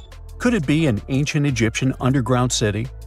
The experts analyzed the data they had and came to the conclusion that 8 large vertical structures could be hiding beneath, possibly wells or shafts. They extend a staggering 6,500 feet across. Imagine placing 2.5 Burj Khalifas on the ground, one after another, and you get the sheer size of this find. These shafts also plunge nearly 2,000 feet underground. Some of the deepest underground stations in the world are located at a mere 380 feet underground or so. These cylindrical shafts are surrounded by spiral paths. Picture some old Gothic castle. They're connected to 2 giant, weirdly shaped chambers. Are those cubes? Or possibly bowls? Each of these chambers is likely more than 260 feet across. Now, even though we know about the structures now, no one has figured out their original purpose yet. Want to hear something even more shocking? Okay then, the team is almost sure that similar access points can be found under all 3 pyramids. In other words, all of them might be linked by a hidden system of underground tunnels, chambers, and passages. Even deeper, about 4,000 feet under the surface, there might be more unknown structures. And doesn't it add to the mystery? But the coolest news is that, according to some team members, these hidden structures near Giza pyramids could align with the legendary Halls of Amenti. In ancient Egyptian mythology, it's a place where people are believed to arrive when they're close to the end of their days. There, they are said to take a 3-day-long trial, facing their biggest fears. Now, how did scientists even discover these hidden spaces? To uncover them, researchers used 2 satellites positioned 420 miles above Earth. They sent radar signals to the Giza Plateau, and these signals generated detailed images, which were later compiled into a 3D model of the underground layout, including the newly detected shafts. Then, using synthetic aperture radar or SAR technology, which is a type of radar that can penetrate through stone, the team also spotted 5 small room-like structures hidden deep within the pyramid. One of these chambers contained a sarcophagus, which was once thought to be the tomb of Pharaoh Khafre. But now, scientists believe this was a mistake. The true burial site is likely to be elsewhere. In any case, these 5 hidden rooms were completely unknown before the scans. They seem to be arranged in the center of the pyramid and are linked to underground pathways leading somewhere below the structure. There's an opinion that these tunnels could lead to more hidden chambers and wells. Some of them might be around 4,500 years old. Wow! What if they help us solve ancient civilization mysteries? Preliminary data suggests that all this underground space can be much more than a few empty chambers. There might be many more hidden structures near the Giza pyramids. How come? Well, the thing is, the structure appears to include hollowed-out sections with spiral pathways leading even deeper underground. Refining the images hinting at this could reveal an extensive subterranean network. It might be a whole city hidden under the surface. Now, despite the excitement surrounding these findings, there are also a lot of people who don't believe in the existence of the underground city. They're skeptical about the archaeological discovery in Egypt due to the lack of peer-reviewed verification. That's why several archaeologists and radar experts have challenged the validity of the claims. They've explained that the technology used to make the discovery may not be advanced enough to produce such detailed underground imagery. According to them, the 5 smaller chambers found near the surface could be natural formations, since the area had had sacred significance long before the construction of the pyramids. Some experts have even dismissed the use of radar methods in this context altogether. They call these methods scientifically unproven and question their accuracy. The discovery has also reignited discussions about ancient Egyptian myths and the possibility of hidden texts lying somewhere beneath the Giza pyramids. The layout of the newly detected underground chambers shares similarities with mythological accounts of the Hall of Records, a rumored chamber that could preserve early Egyptian wisdom. If confirmed, these findings could significantly reshape the understanding of Egypt's sacred topography. Plus, this lost city beneath Egypt's pyramid could become physical evidence of previously unknown underground structures. That's why the Khafre project is super eager to begin excavating to confirm their findings. But getting approval from Egyptian authorities is a challenging process. the discoveries still need to undergo peer review before they are accepted by the academic community. By the way, this recent archaeological discovery in Egypt comes on the heels of another discovery involving a weird structure beneath the Royal Giza Cemetery, which researchers believe is unnatural in origin. Archaeologists used remote sensing techniques and uncovered a mysterious L-shaped structure underground in the Western Cemetery of Giza. This area is known to house burials of royal family members and high-ranking officials. Many of the tombs in the cemetery have above-ground mastabas, rectangular stone or mud brick structures with flat roofs. But there is an area in the center of the cemetery where there are no above-ground structures. To investigate this unexplored region, the team used electrical resistive tomography and ground-penetrating radar. ERT works by sending electrical currents into the ground and measuring the resistance to detect remains. As for GPR, it sends radar into the ground and maps the structures based on the radar's return.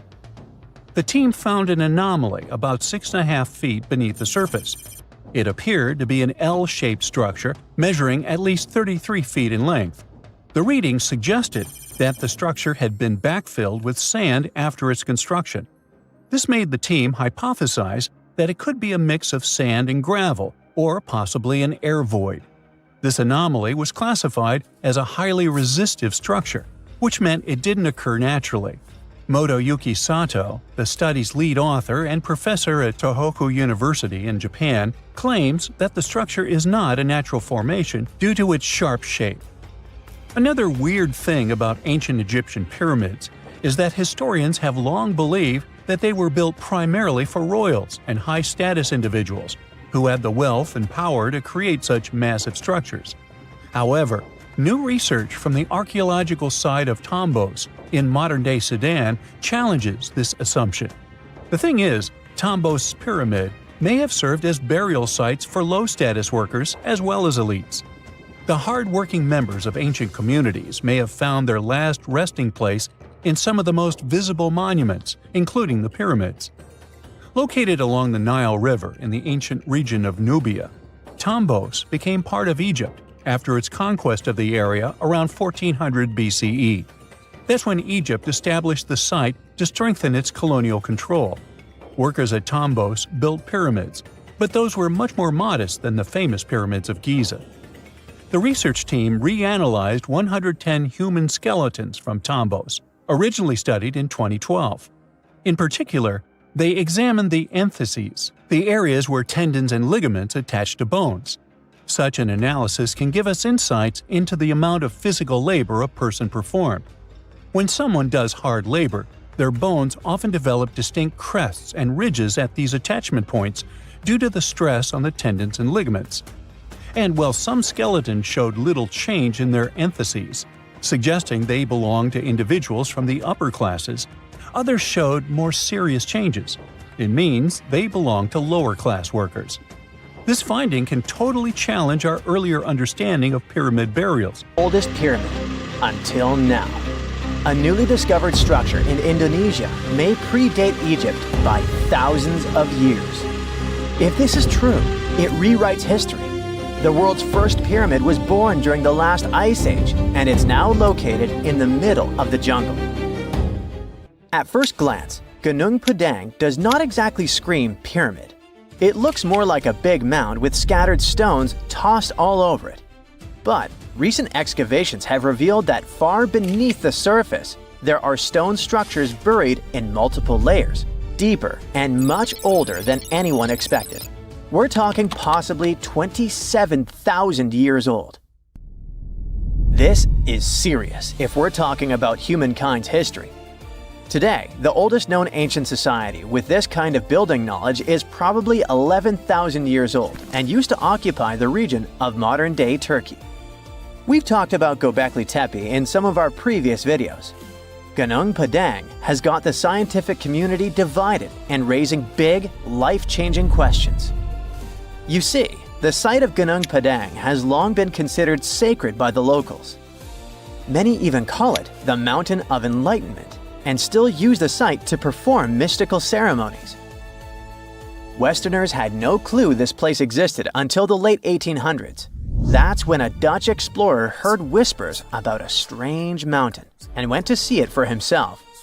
Just 4 hours south of Jakarta, he found something wild. Stacked terraces connected by rough stone steps, massive flat stones covering the ground, and towering pillars everywhere. To him, it looked like an ancient ceremonial site, maybe even a burial ground. For almost 100 years, mainstream archaeologists simply ignored Gunung Padang. The story resurfaced when a group of farmers brought attention back to the mountain in 1979. By the 80s, researchers finally started digging and found pottery fragments dating back to somewhere between 45 BCE to 22 CE. But here's where this story gets interesting. Some studies suggest the deepest layers of Gunung Padang are between 16 to 27,000 years old. That means this pyramid could have been built during the last ice age. And if that's true, it's older than Egypt's famous pyramids, the ones we thought were the world's first. This whole theory comes from geologist Danny Hillman. His team used ground-penetrating radar, core drilling, and carbon dating to study Gunung Padang, and what they found was pretty wild. According to Hillman, this place is like a giant ancient layer cake, built in stages over thousands of years. The youngest layer is around 3,000 to 4,000 years old. That's roughly the age of the pyramids in Egypt. When you dig a little deeper, you find Unit 2, which was built between 7,500 and 8,000 years ago. But here's where things get truly mind-blowing. Hillman claims the deepest layer, Unit 3, could be as old as 27,000 years old. His study suggests that Gunung Padang isn't just a hill. It's a stepped pyramid, complete with chambers and hollow spaces hidden underground. Although there's not much info about these chambers. The geologist does admit his theory sounds crazy, but he says it's all real and legitimate data. Hey, this is just one theory. Those who disagree with Hillman say Gunung Padang was not man-made. It was nature-made. Maybe not the upper parts, which Hillman calls Unit 1. The lowest units, which are the units that could change our collective history, are the problem. To understand what the fuss is about, we need to look at the soil. The area that Gunung Padang was built on is filled with volcanoes, which means it sits on top of volcanic soil. Hillman's team drilled into the mound and found something odd. Younger soil wedged between much older rock layers. To them, this was a clear sign that the stones were stacked, not naturally formed. After all, in nature, younger soil doesn't just sink beneath ancient rock. That would be like discovering fresh ink beneath the pages of an ancient manuscript. You know, something doesn't add up unless someone put it there on purpose. However, skeptics such as volcanologist Zoetkenel Braunthal argue that Gunung Padang is not a human-made pyramid, but rather the remains of an ancient volcano. He believes the mixed layers of young soil and old rock are the result of natural erosion and geological processes, not human construction.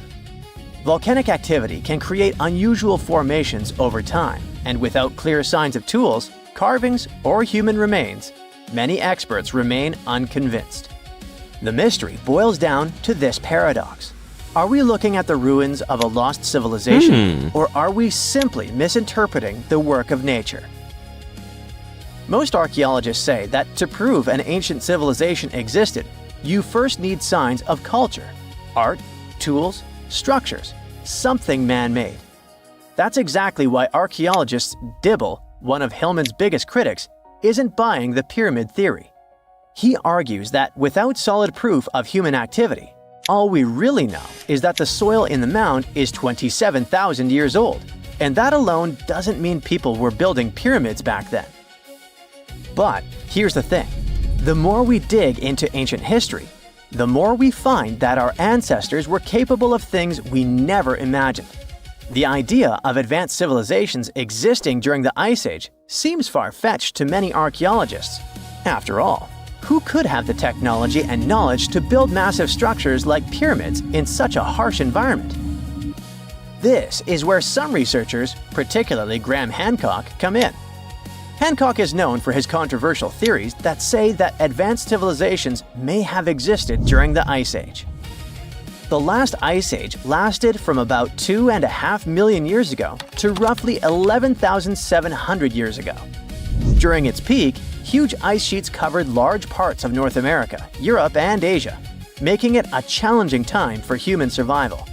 Most archaeologists believe that humans during this period were mainly hunter-gatherers, moving from place to place in search of food and shelter. The idea that they had skills to build a massive pyramid-like structure is hard for many to accept.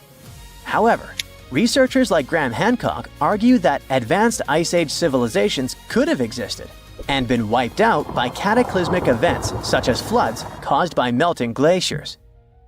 According to Hancock, these ancient cultures may have built monumental structures like pyramids. One of Hancock's most notable books, Fingerprints of the Gods, explores this theory in depth.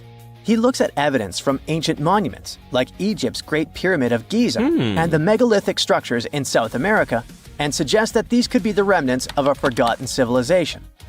Hancock's theories imply that knowledge and skills passed down from this ancient culture were eventually rediscovered and used by later civilizations, like the Egyptians and Mayans.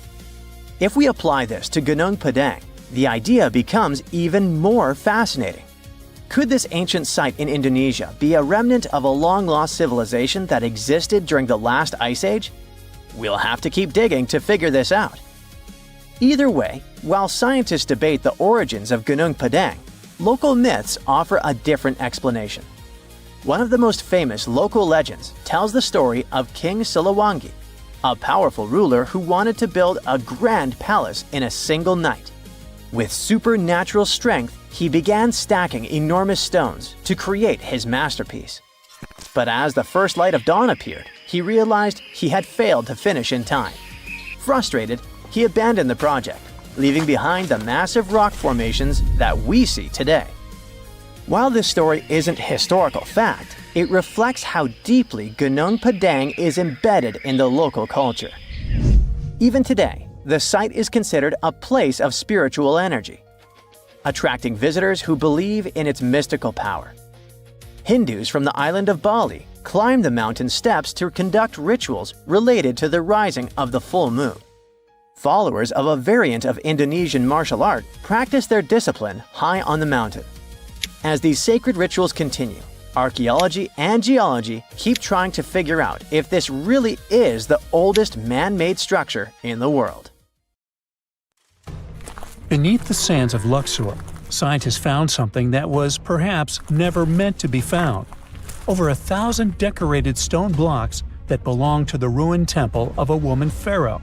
It got us thinking, why was this temple so brutally destroyed, and who was this woman?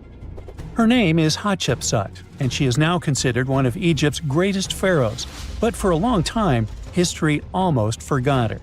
She ruled during the 18th dynasty, from around 1479 to 1458 BCE.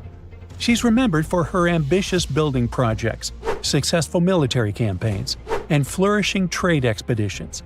It turns out she was one out of 4 women to take the title of pharaoh in Egyptian history. The next woman would have to wait for 1,500 years to reign, and that woman we know as Cleopatra. The story of how Hatshepsut got to be a pharaoh is the most colorful part of this tale. As far as most dynastic rules go, it's usually men that are first in line for royal thrones. In Egypt, that was the same. That's why, when Pharaoh Thutmose I had a daughter as his firstborn, that was a big no-no as far as his succession line went. A few years later, Pharaoh Thutmose I passes away. The crown passed to Thutmose II, who ruled briefly, only to leave the throne to his infant son, Thutmose III. In this scenario, Hatshepsut was this pharaoh's stepmother. So what happened was that Hatshepsut served as advisor to her stepson, since he was too young to rule on his own. But after 7 years, she made an unprecedented move. She decided to seize power and declared herself Pharaoh of Egypt. Now, this was not a simple power grab. Hatshepsut understood that if she wanted to rule, she had to present herself as a legitimate king. In a bold move, she adopted the full royal regalia, including the false beard traditionally worn by male pharaohs. She was often depicted in statues and hieroglyphs as a man, wearing the pharaoh's kilt and headdress. But this wasn't about disguising herself. Experts believe she never tried to hide her identity. Inscriptions on her statues often included feminine titles, like Daughter of Re, or grammatical structures that combined male and female terms, such as His Majesty herself. This showed that while she adopted traditional symbols of kings, she still acknowledged her true gender. But she needed to go even further. To legitimize her rule, she crafted an elaborate origin story. She claimed that the deity Amun himself had visited her mother in the form of her father, Thutmose I, and that she was his divine daughter. Now, this was no small claim, since pharaohs were seen as deities on earth. By aligning herself with Amun, she strengthened her right to the throne. In temple carvings, she depicted this divine birth with Amun, presenting her as his rightful heir. These narratives weren't just mythology, they were tools, ensuring her position remained unchallenged. Hatshepsut also took a new name, Ma'at Kari, which translates roughly to "Truth is the soul of the sun god." The word Ma'at was central to Egyptian beliefs. It represented order, justice, and divine balance. Pharaohs were expected to uphold Ma'at to ensure Egypt's stability. By calling herself Ma'at Kari, Hatshepsut was likely reinforcing that she was a legitimate and rightful ruler. Her reign was truly great. She led Egypt into an era of peace and prosperity, launching massive building projects and restoring temples across the kingdom. Her most famous achievement was the construction of her temple at Deir el-Bahari, a pretty impressive architectural masterpiece carved into the cliffs of Luxor. Hatshepsut initiated one of the most ambitious construction projects in ancient Egyptian history, commissioning monuments, temples, and obelisks to immortalize her reign. It's argued that she continued with the construction of the Avenue of the Sphinxes, a grand road lined with statues leading to the Karnak Temple. For many, her shining architectural achievement was the towering obelisk she had carved from single pieces of granite. One of these, weighing over 320 tons, still stands today. Now, beyond building, she expanded Egypt's influence through trade. She sent an expedition to the mysterious land of Punt, believed to be modern-day Somalia or Eritrea, bringing back riches like gold, ivory, and exotic animals. Her fleet of ships sailing the Red Sea marked the first recorded trade mission of its kind, establishing economic ties that would benefit Egypt for generations. Yet, for all of her success, something strange happened after Hatshepsut passed away. Her successor, aka her stepson Thutmose III, who had been overshadowed by her rule, took a drastic step. He ordered her name to be erased from history.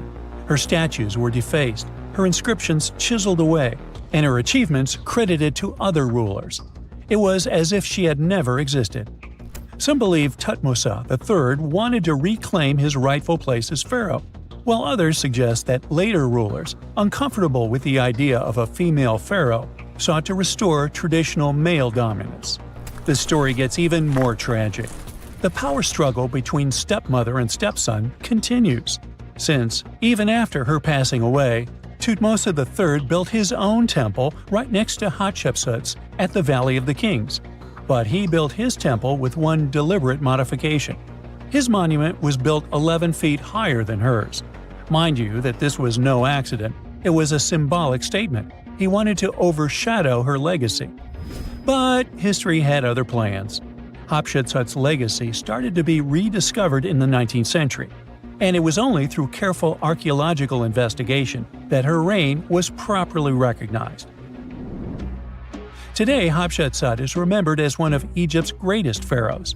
Her reign, once erased, has been reconstructed through constant archaeological discoveries, proving that her power and influence could not be so easily forgotten. Her resting place had been hidden in plain sight, her body removed from its original chamber in an effort to erase her from history. This final piece of evidence cemented her legacy, proving that even attempts to erase a pharaoh could not really do it. Hatshepsut's grand temple, Djeser Djeseru, was a stunning architectural feat. designed to immortalize her reign and solidify her divine connection to Amun. But after her death, her successor, Thutmose III, launched that calculated effort to erase her legacy, and parts of her temple were dismantled. Historians still debate why. Was it a dynastic power move, an attempt to restore traditional male rule, or a bid to strengthen Thutmose III's claim to the throne? Maybe he was just a jerk. Whatever the reason, the destruction wasn't immediate. It happened decades after her death, suggesting it might not have been a personal revenge, but a broader political strategy. Yet, despite these efforts, her temple endures, and so does her story, a defiant echo of Egypt's first great female pharaoh. Let's travel through space and time to another place. Dashur, Egypt, is known to be home to several resting places of people from ancient Egypt. In the year 2017, scientists uncovered a long-lost pyramid. They quickly called the Ministry of Tourism and Antiquities because they suspected it was going to be a big deal. Unlike most pyramids that were found in the area, this one was completely sealed. Lifting the capstone was a delicate process. When they finally managed to open the pyramid, they expected to find an undisturbed chamber. Instead, it was chaos. The place had been looted, and the personal items of the person that had passed away were scattered all over. But in the middle of the wreckage, they found a chest. Using the latest scanning technology, they managed to read the damaged hieroglyphs on its surface. What they found was unbelievable. The name inscribed there was as clear as day: Princess Hatshepsut. Ooh. The discovery made in 2017 also opened up a lot of questions. After further analysis, scientists discovered the remains belonged to another Hatshepsut. It belonged to a princess that lived during Egypt's 13th dynasty. The fact that her resting place had been looted before it was sealed made scientists wonder, were these ancient people trying to hide something about this public figure? And why is there almost no record about her in ancient Egyptian history? Ooh, stay tuned.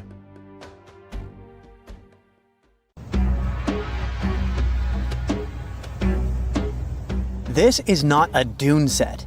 This is a very real desert in Niger.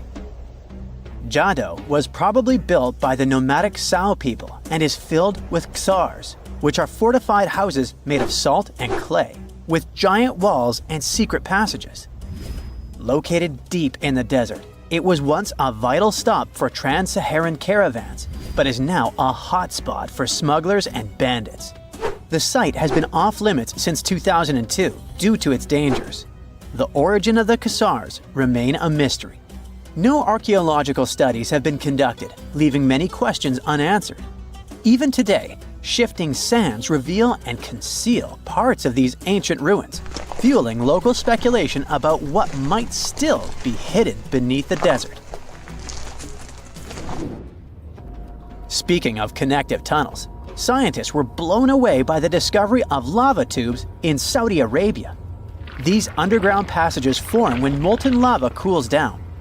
Researchers believe that ancient nomadic groups may have utilized these tunnels to survive the super harsh desert climates.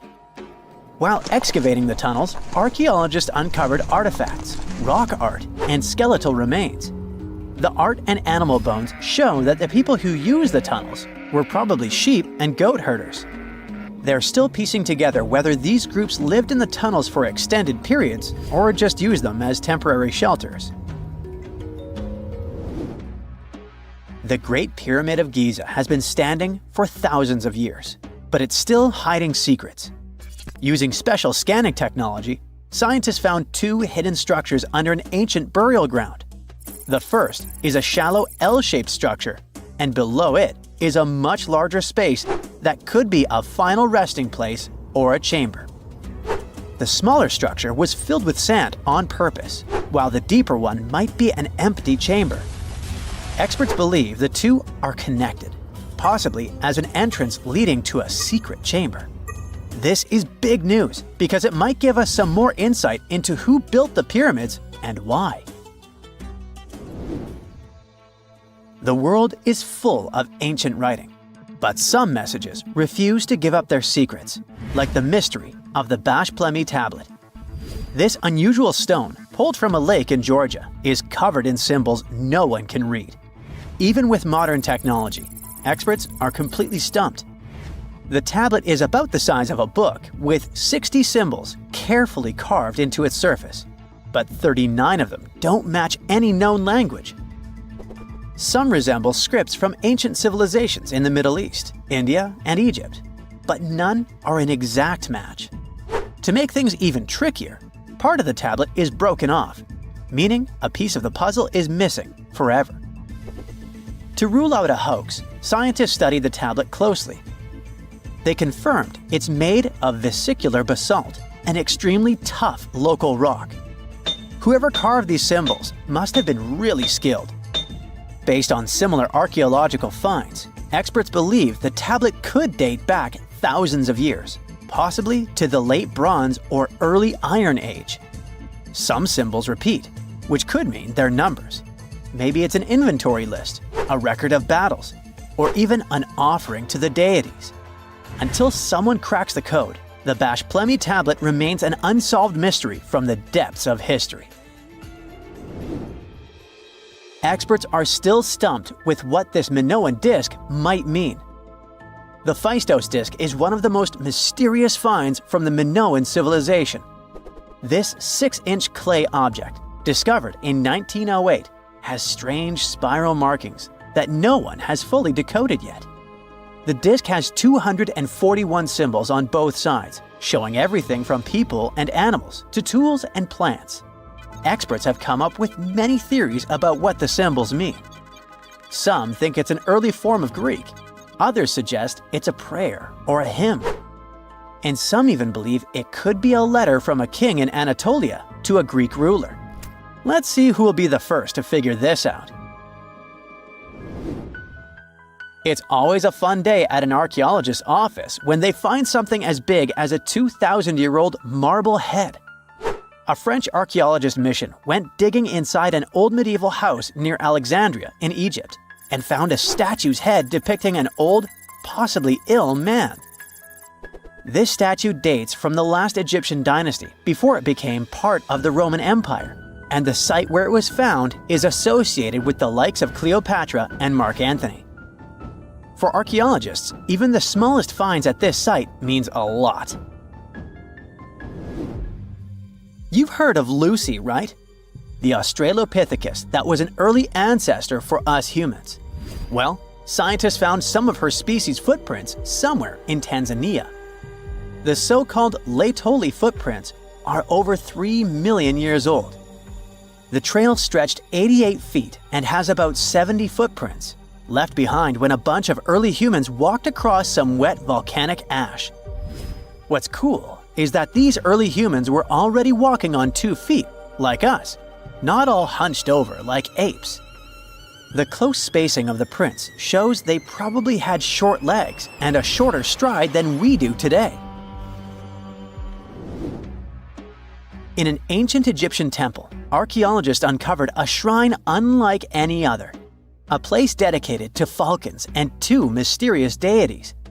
One deity had a falcon's head, while the other wore a crown with a sun disk and cow horns. But the most baffling discovery was an inscription that read, "It is improper to boil a head in here." At the heart of the shrine, there are 15 headless falcons carefully arranged on a pedestal, likely as offerings to the falcon-headed deity.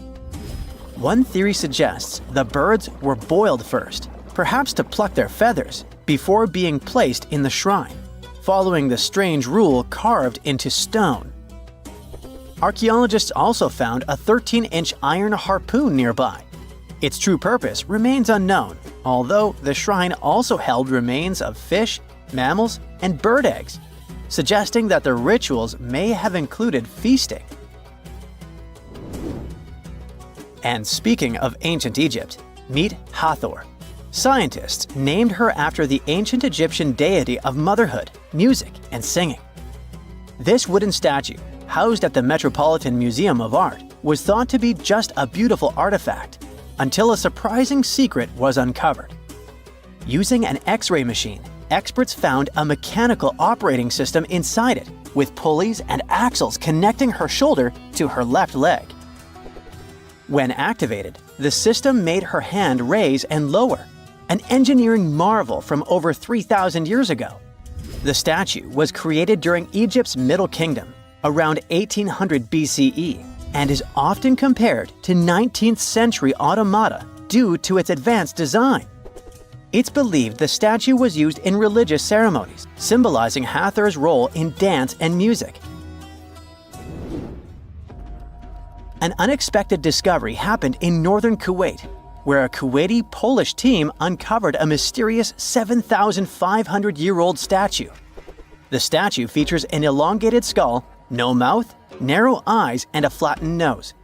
This feature is thought to be an Ophidian figurine, named after the Greek word for snake, and it was likely made by the Ubaid culture, a civilization known for their pottery skills. While no one knows exactly what role this weird statue played, it might have been linked to rituals or symbolic practices.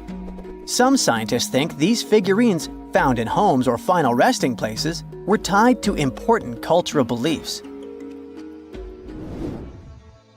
We couldn't mention unresolved mysteries of this world without speaking about these elongated skulls.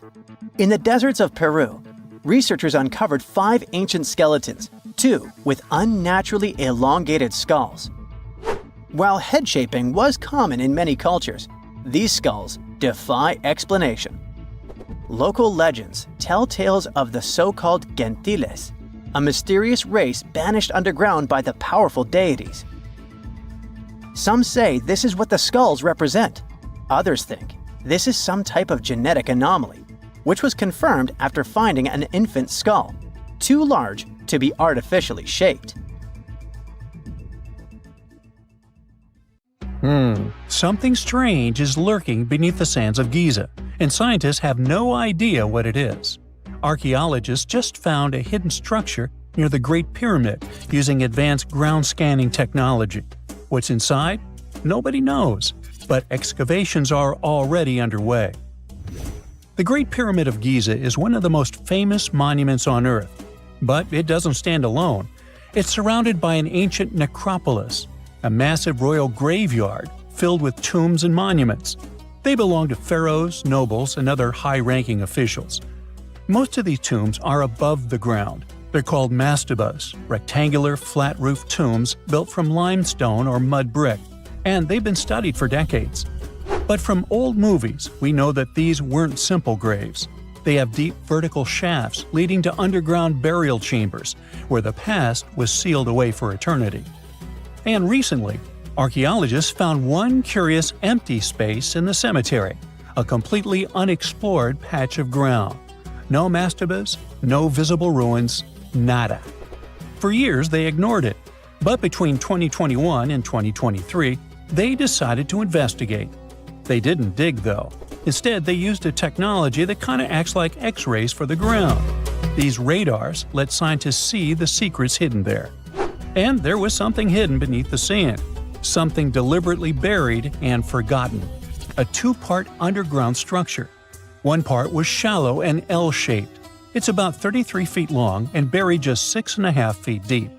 But below that, a deeper, more mysterious anomaly, a structure completely different from anything else in the area. They called it a highly resistive anomaly, which means it's dense and solid, likely made of stone, sand, or even metal.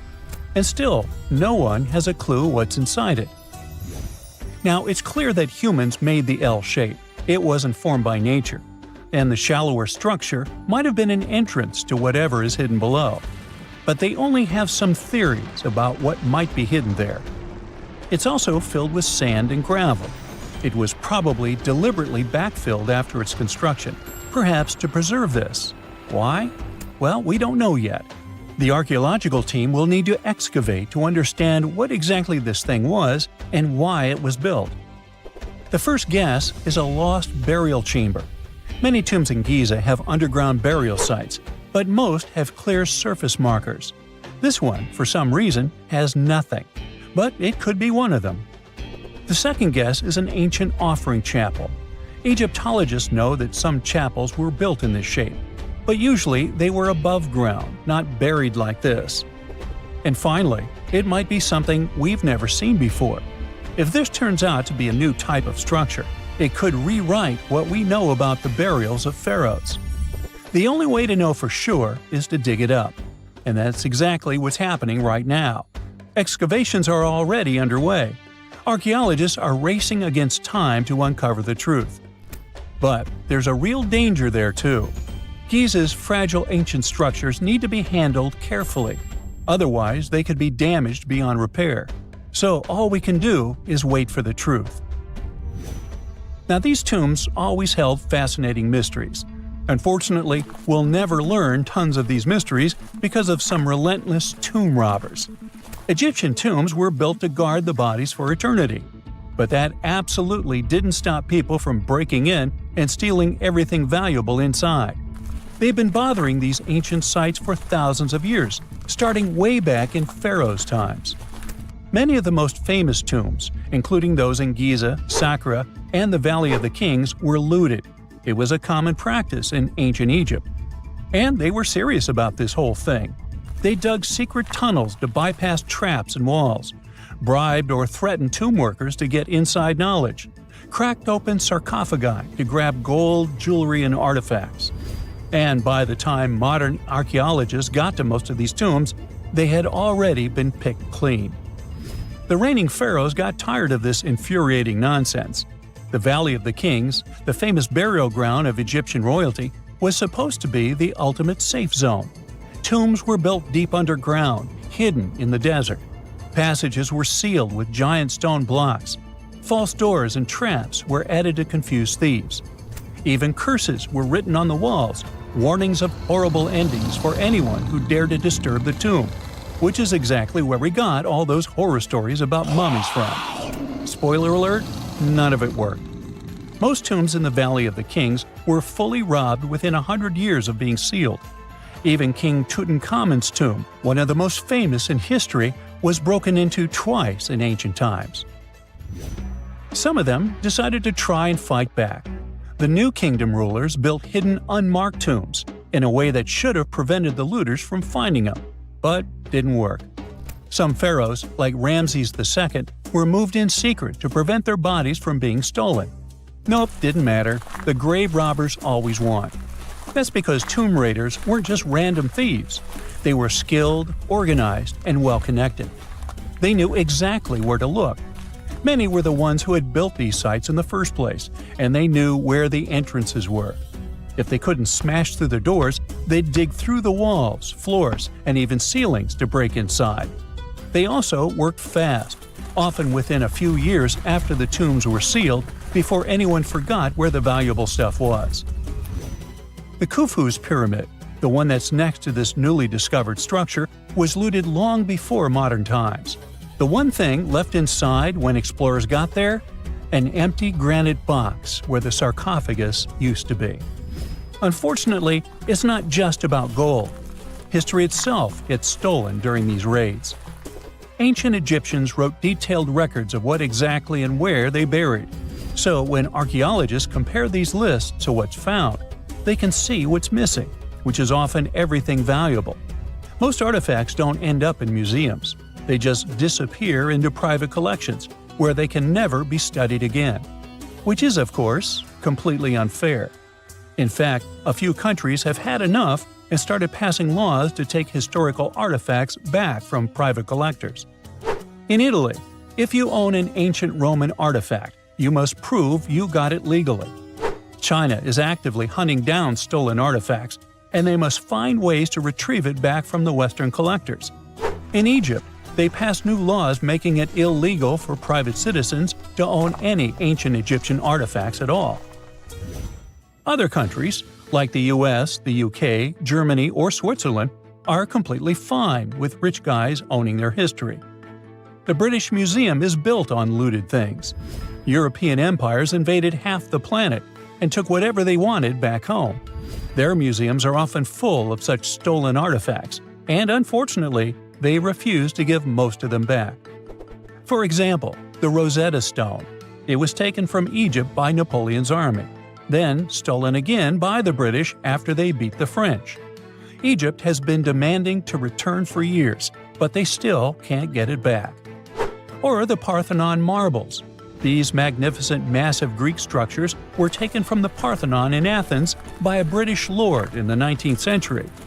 Greece has been begging for them back ever since, but the UK doesn't feel like it. Not to mention tons of Mesoamerican artifacts scattered in various museums across the world. European explorers raided Mayan and Aztec temples, took statues, jewelry, and sacred objects, and now Mexico is fighting to get them back.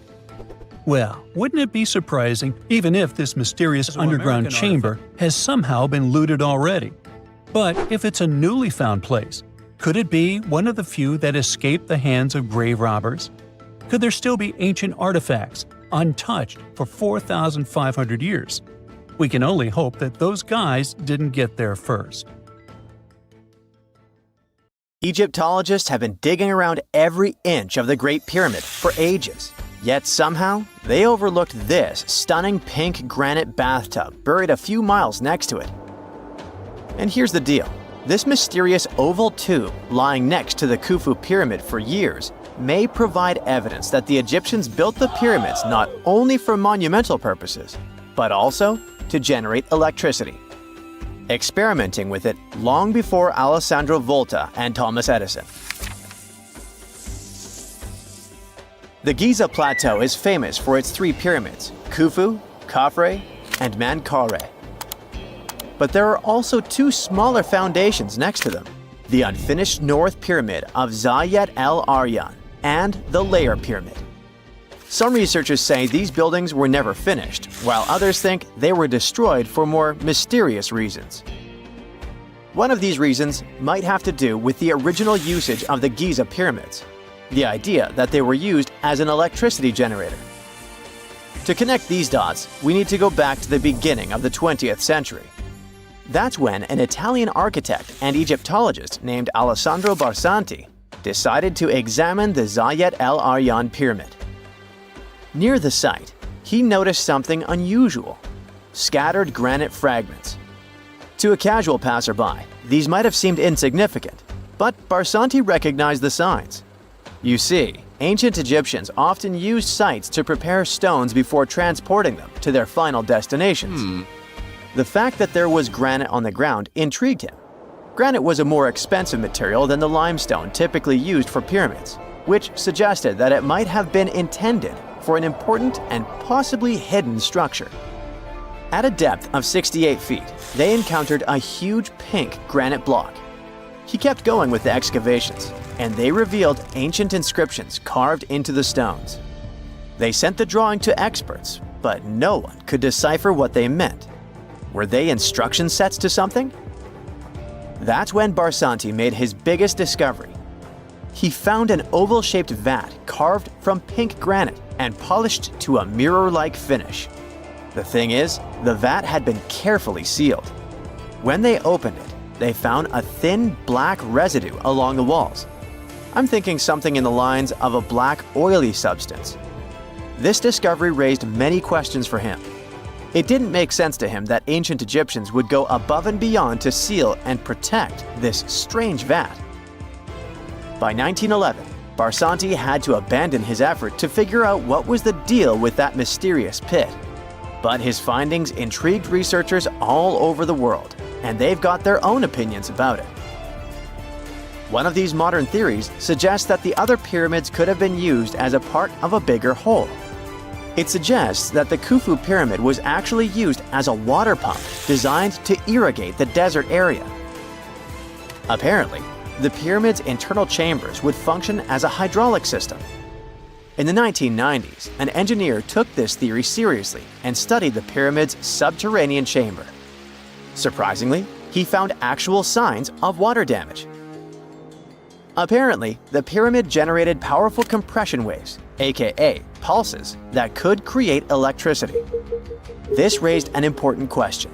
Could the ancient Egyptians have used the pyramids as a generator in order to produce electricity? On paper, that was proven to be possible. But hey, agreeing on the original use of the pyramids is probably one of the most difficult things in the world. So, we're still not 100% sure about this. Apart from that, Egypt is a playground for important discoveries regarding humanity's past. I mean, scientists have just discovered what looks like a cosmic command center, similar to that room from the Doctor Strange movies. They discovered an L-shaped astronomical observatory, measuring around 9,000 square feet, dating back to the 6th century BCE. Definitely the first and largest of its kind from that era. The mud brick structure housed tools used for calculating dates related to ancient Egyptian rites, royal coronations, and agricultural plans. This observatory is located in the archaeological site known as the Temple of Futo, just 50 miles east of Alexandria. It's pretty impressive. The structure was designed so that you'd get inside the room through an east-facing entrance. This way, you'd get to see the sunrise. Once inside, you'd find a pretty huge shadow clock, used to tell time by tracking the movement of shadows inside the room. This variant of a sundial clock was nearly 16 feet long. That was quite an exciting discovery. Another interesting one was that scientists and Egyptologists have discovered the first ever pregnant mummy. Now, even if we know quite a lot about mummification processes, we keep making discoveries that open new doors into the lives of ancient Egyptians. It took so long for someone to find out this mummy was expecting at the time she was embalmed because she was placed in a male's coffin. More specifically, a male priest. Historians say that during the 19th century, a lot of traders mixed coffins up in order to sell them. Yes, that means they opened them and switched mummies to please their buyers. It was a complete surprise because they were hoping to study more about ancient health issues when they opened this coffin up. But they had another special research on their hands: prenatal practices in ancient Egypt. This mummified woman, who lived about 2,000 years ago, was from 20 to 30 years old when she passed away. She was found in Thebes, and her remains were incredibly well preserved. You see, mummification recipes varied across Egypt. In this woman's case, researchers could tell she was a member of the high society since she was buried with special amulets. But since mummification methodologies differed so much between cities and time periods, they still have to dig further to understand why she was embalmed along with her baby. Speaking of mummies, scientists were digging up a final resting place in Saqqara, also in Egypt, and they unearthed 2 embalming workshops. One was for humans and the other for sacred animals. Apparently, the workshops date back to about 2,400 years ago. They were equipped with stone beds, clay pots, and ritual vessels.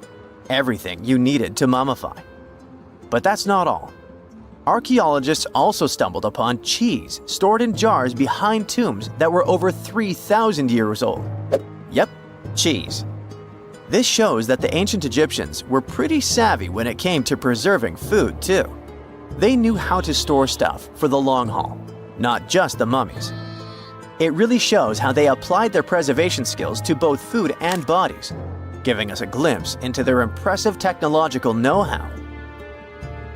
Scientists have also found one of Egypt's oldest complete mummies, and to their surprise, it was completely covered in gold. You see, Egyptian mummies covered in gold are already a rare thing, but they weren't expecting it to be the oldest one ever found. The mummy was quite well preserved, and they could identify that it was the remains of a wealthy man called Hatshepsut. Many symbols show that he was important and wealthy, like the band he wore on his head and the bracelet on his chest. He was also dressed in a tunic wrapped with a belt, which was a way to preserve the good appearance of a person after they passed away. To reveal it, they had to open the final resting place with mortar. Basically, it was like they were opening a time machine, just as the ancient Egyptians did 4,300 years ago. If you think about it, it's almost like entering a time capsule. Enough about mummies. Scientists also found something very exciting hovering above the pyramids. They had to use a fancy top-notch radar known as LARID, aka Low Altitude Long Range Ionospheric Radar, which can see these invisible waves far away into the sky. LARID helped them discover giant plasma bubbles floating in the air above the pyramids. These bubbles are called plasma bubbles, and they wreak havoc on modern technologies. I mean, they can disrupt GPS and phone signals for hundreds of kilometers in diameter from where they're located. These bubbles are massive, sometimes as big as cities, and they're caused by the sudden depletion of charged particles in the ionosphere. So, instead of spreading out evenly throughout the ionosphere, they stick together in this wave-like form.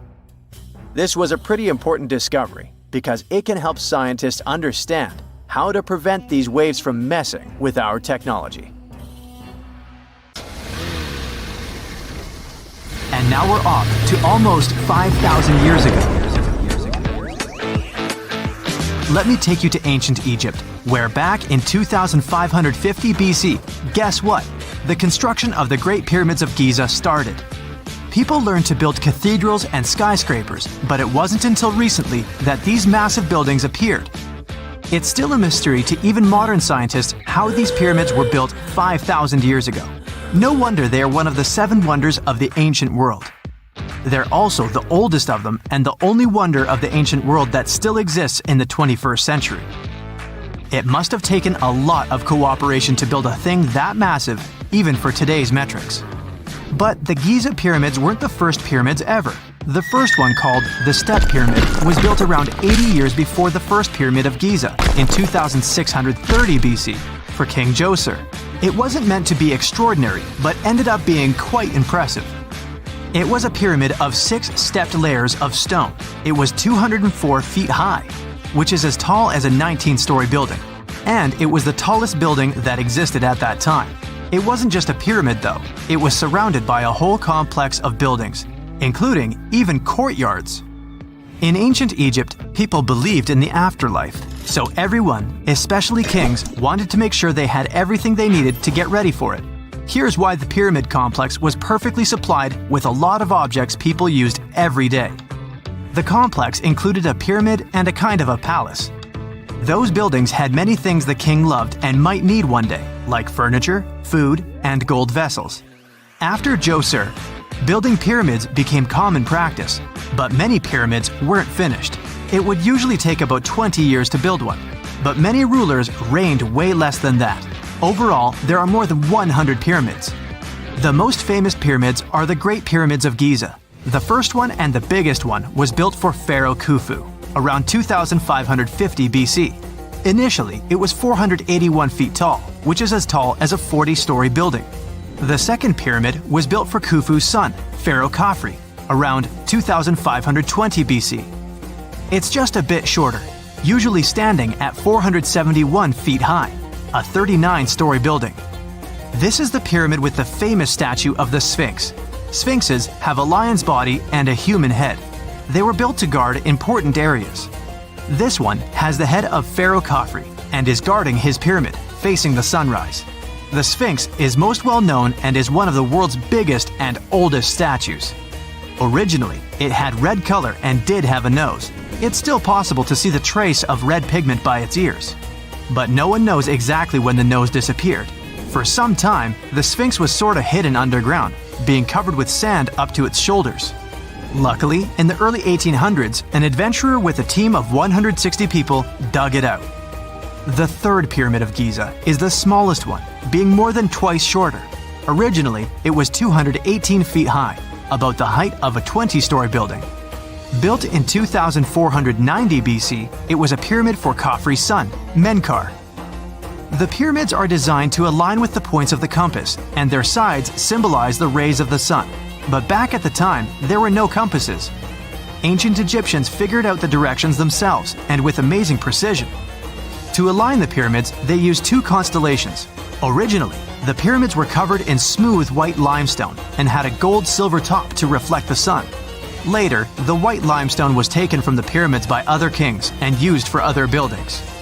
Scientists estimated that ancient Egyptians used about 2.3 million stone blocks to build the first pyramid. Each block weighed more than 1 ton. This is the weight of a rhino.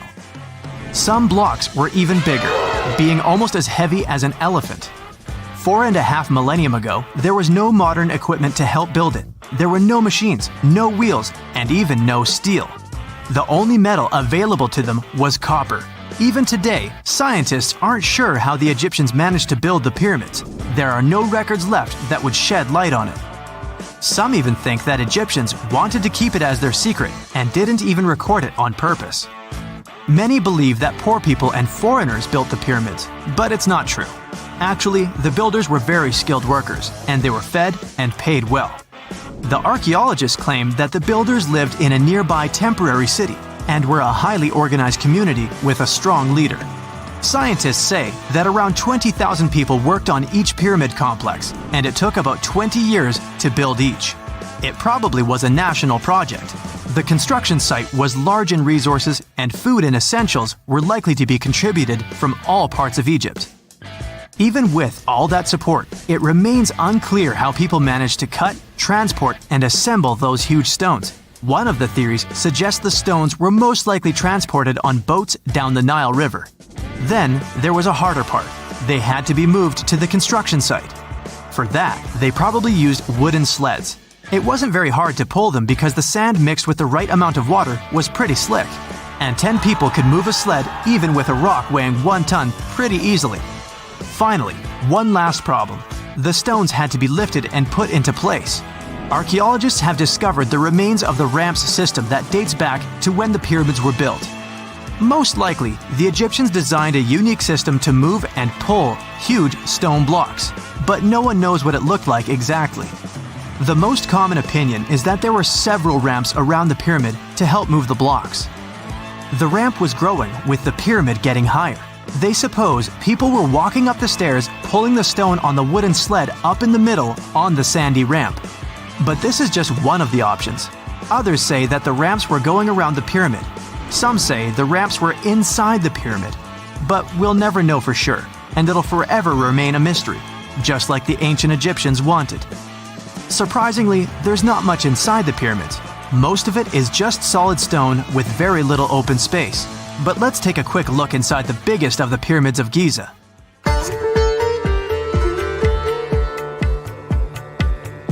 From the entrance, there are 2 stairs, one going down and the other one going up. The descending one takes you to a chamber located underground. That's where the pharaohs are, but not in this pyramid because Khufu wanted to stay higher. The underground room is partly unfinished. The room with Khufu's sarcophagus is called the King's Chamber. It's upstairs and then through the tall and long Grand Gallery. Below the King's Chamber, there's a room called the Queen's Chamber. There are no queens though, and no one is sure why the room is called this. Unfortunately, none of these have any hieroglyphs on the wall. They're just bare. If you want to see them, you should go to the other rooms that are decorated. Those pieces of art are depictions of ancient Egypt's culture and daily life. The texts allow researchers to study their language and grammar. Sadly, the treasures that once were here in the pyramid are long stolen. From that room, there are several tunnels for an unknown purpose. There are many tunnels and passages inside the pyramids. There are many chambers and shafts and secret ways. Scientists have been sending little robots with cameras there for some decades already. And the robots did discover another chamber a bit upstairs with hieroglyphs on the walls. But even today, much of the pyramids is still unknown, and there's no so-called building plan of the pyramids. Egyptians did create a mystery no one can crack for 4,500 years already. Scientists recently started to X-ray the pyramid to learn what's inside it without entering it and its narrow, mysterious tunnels. That's it for today. So hey, if you pacified your curiosity, then give the video a like and share.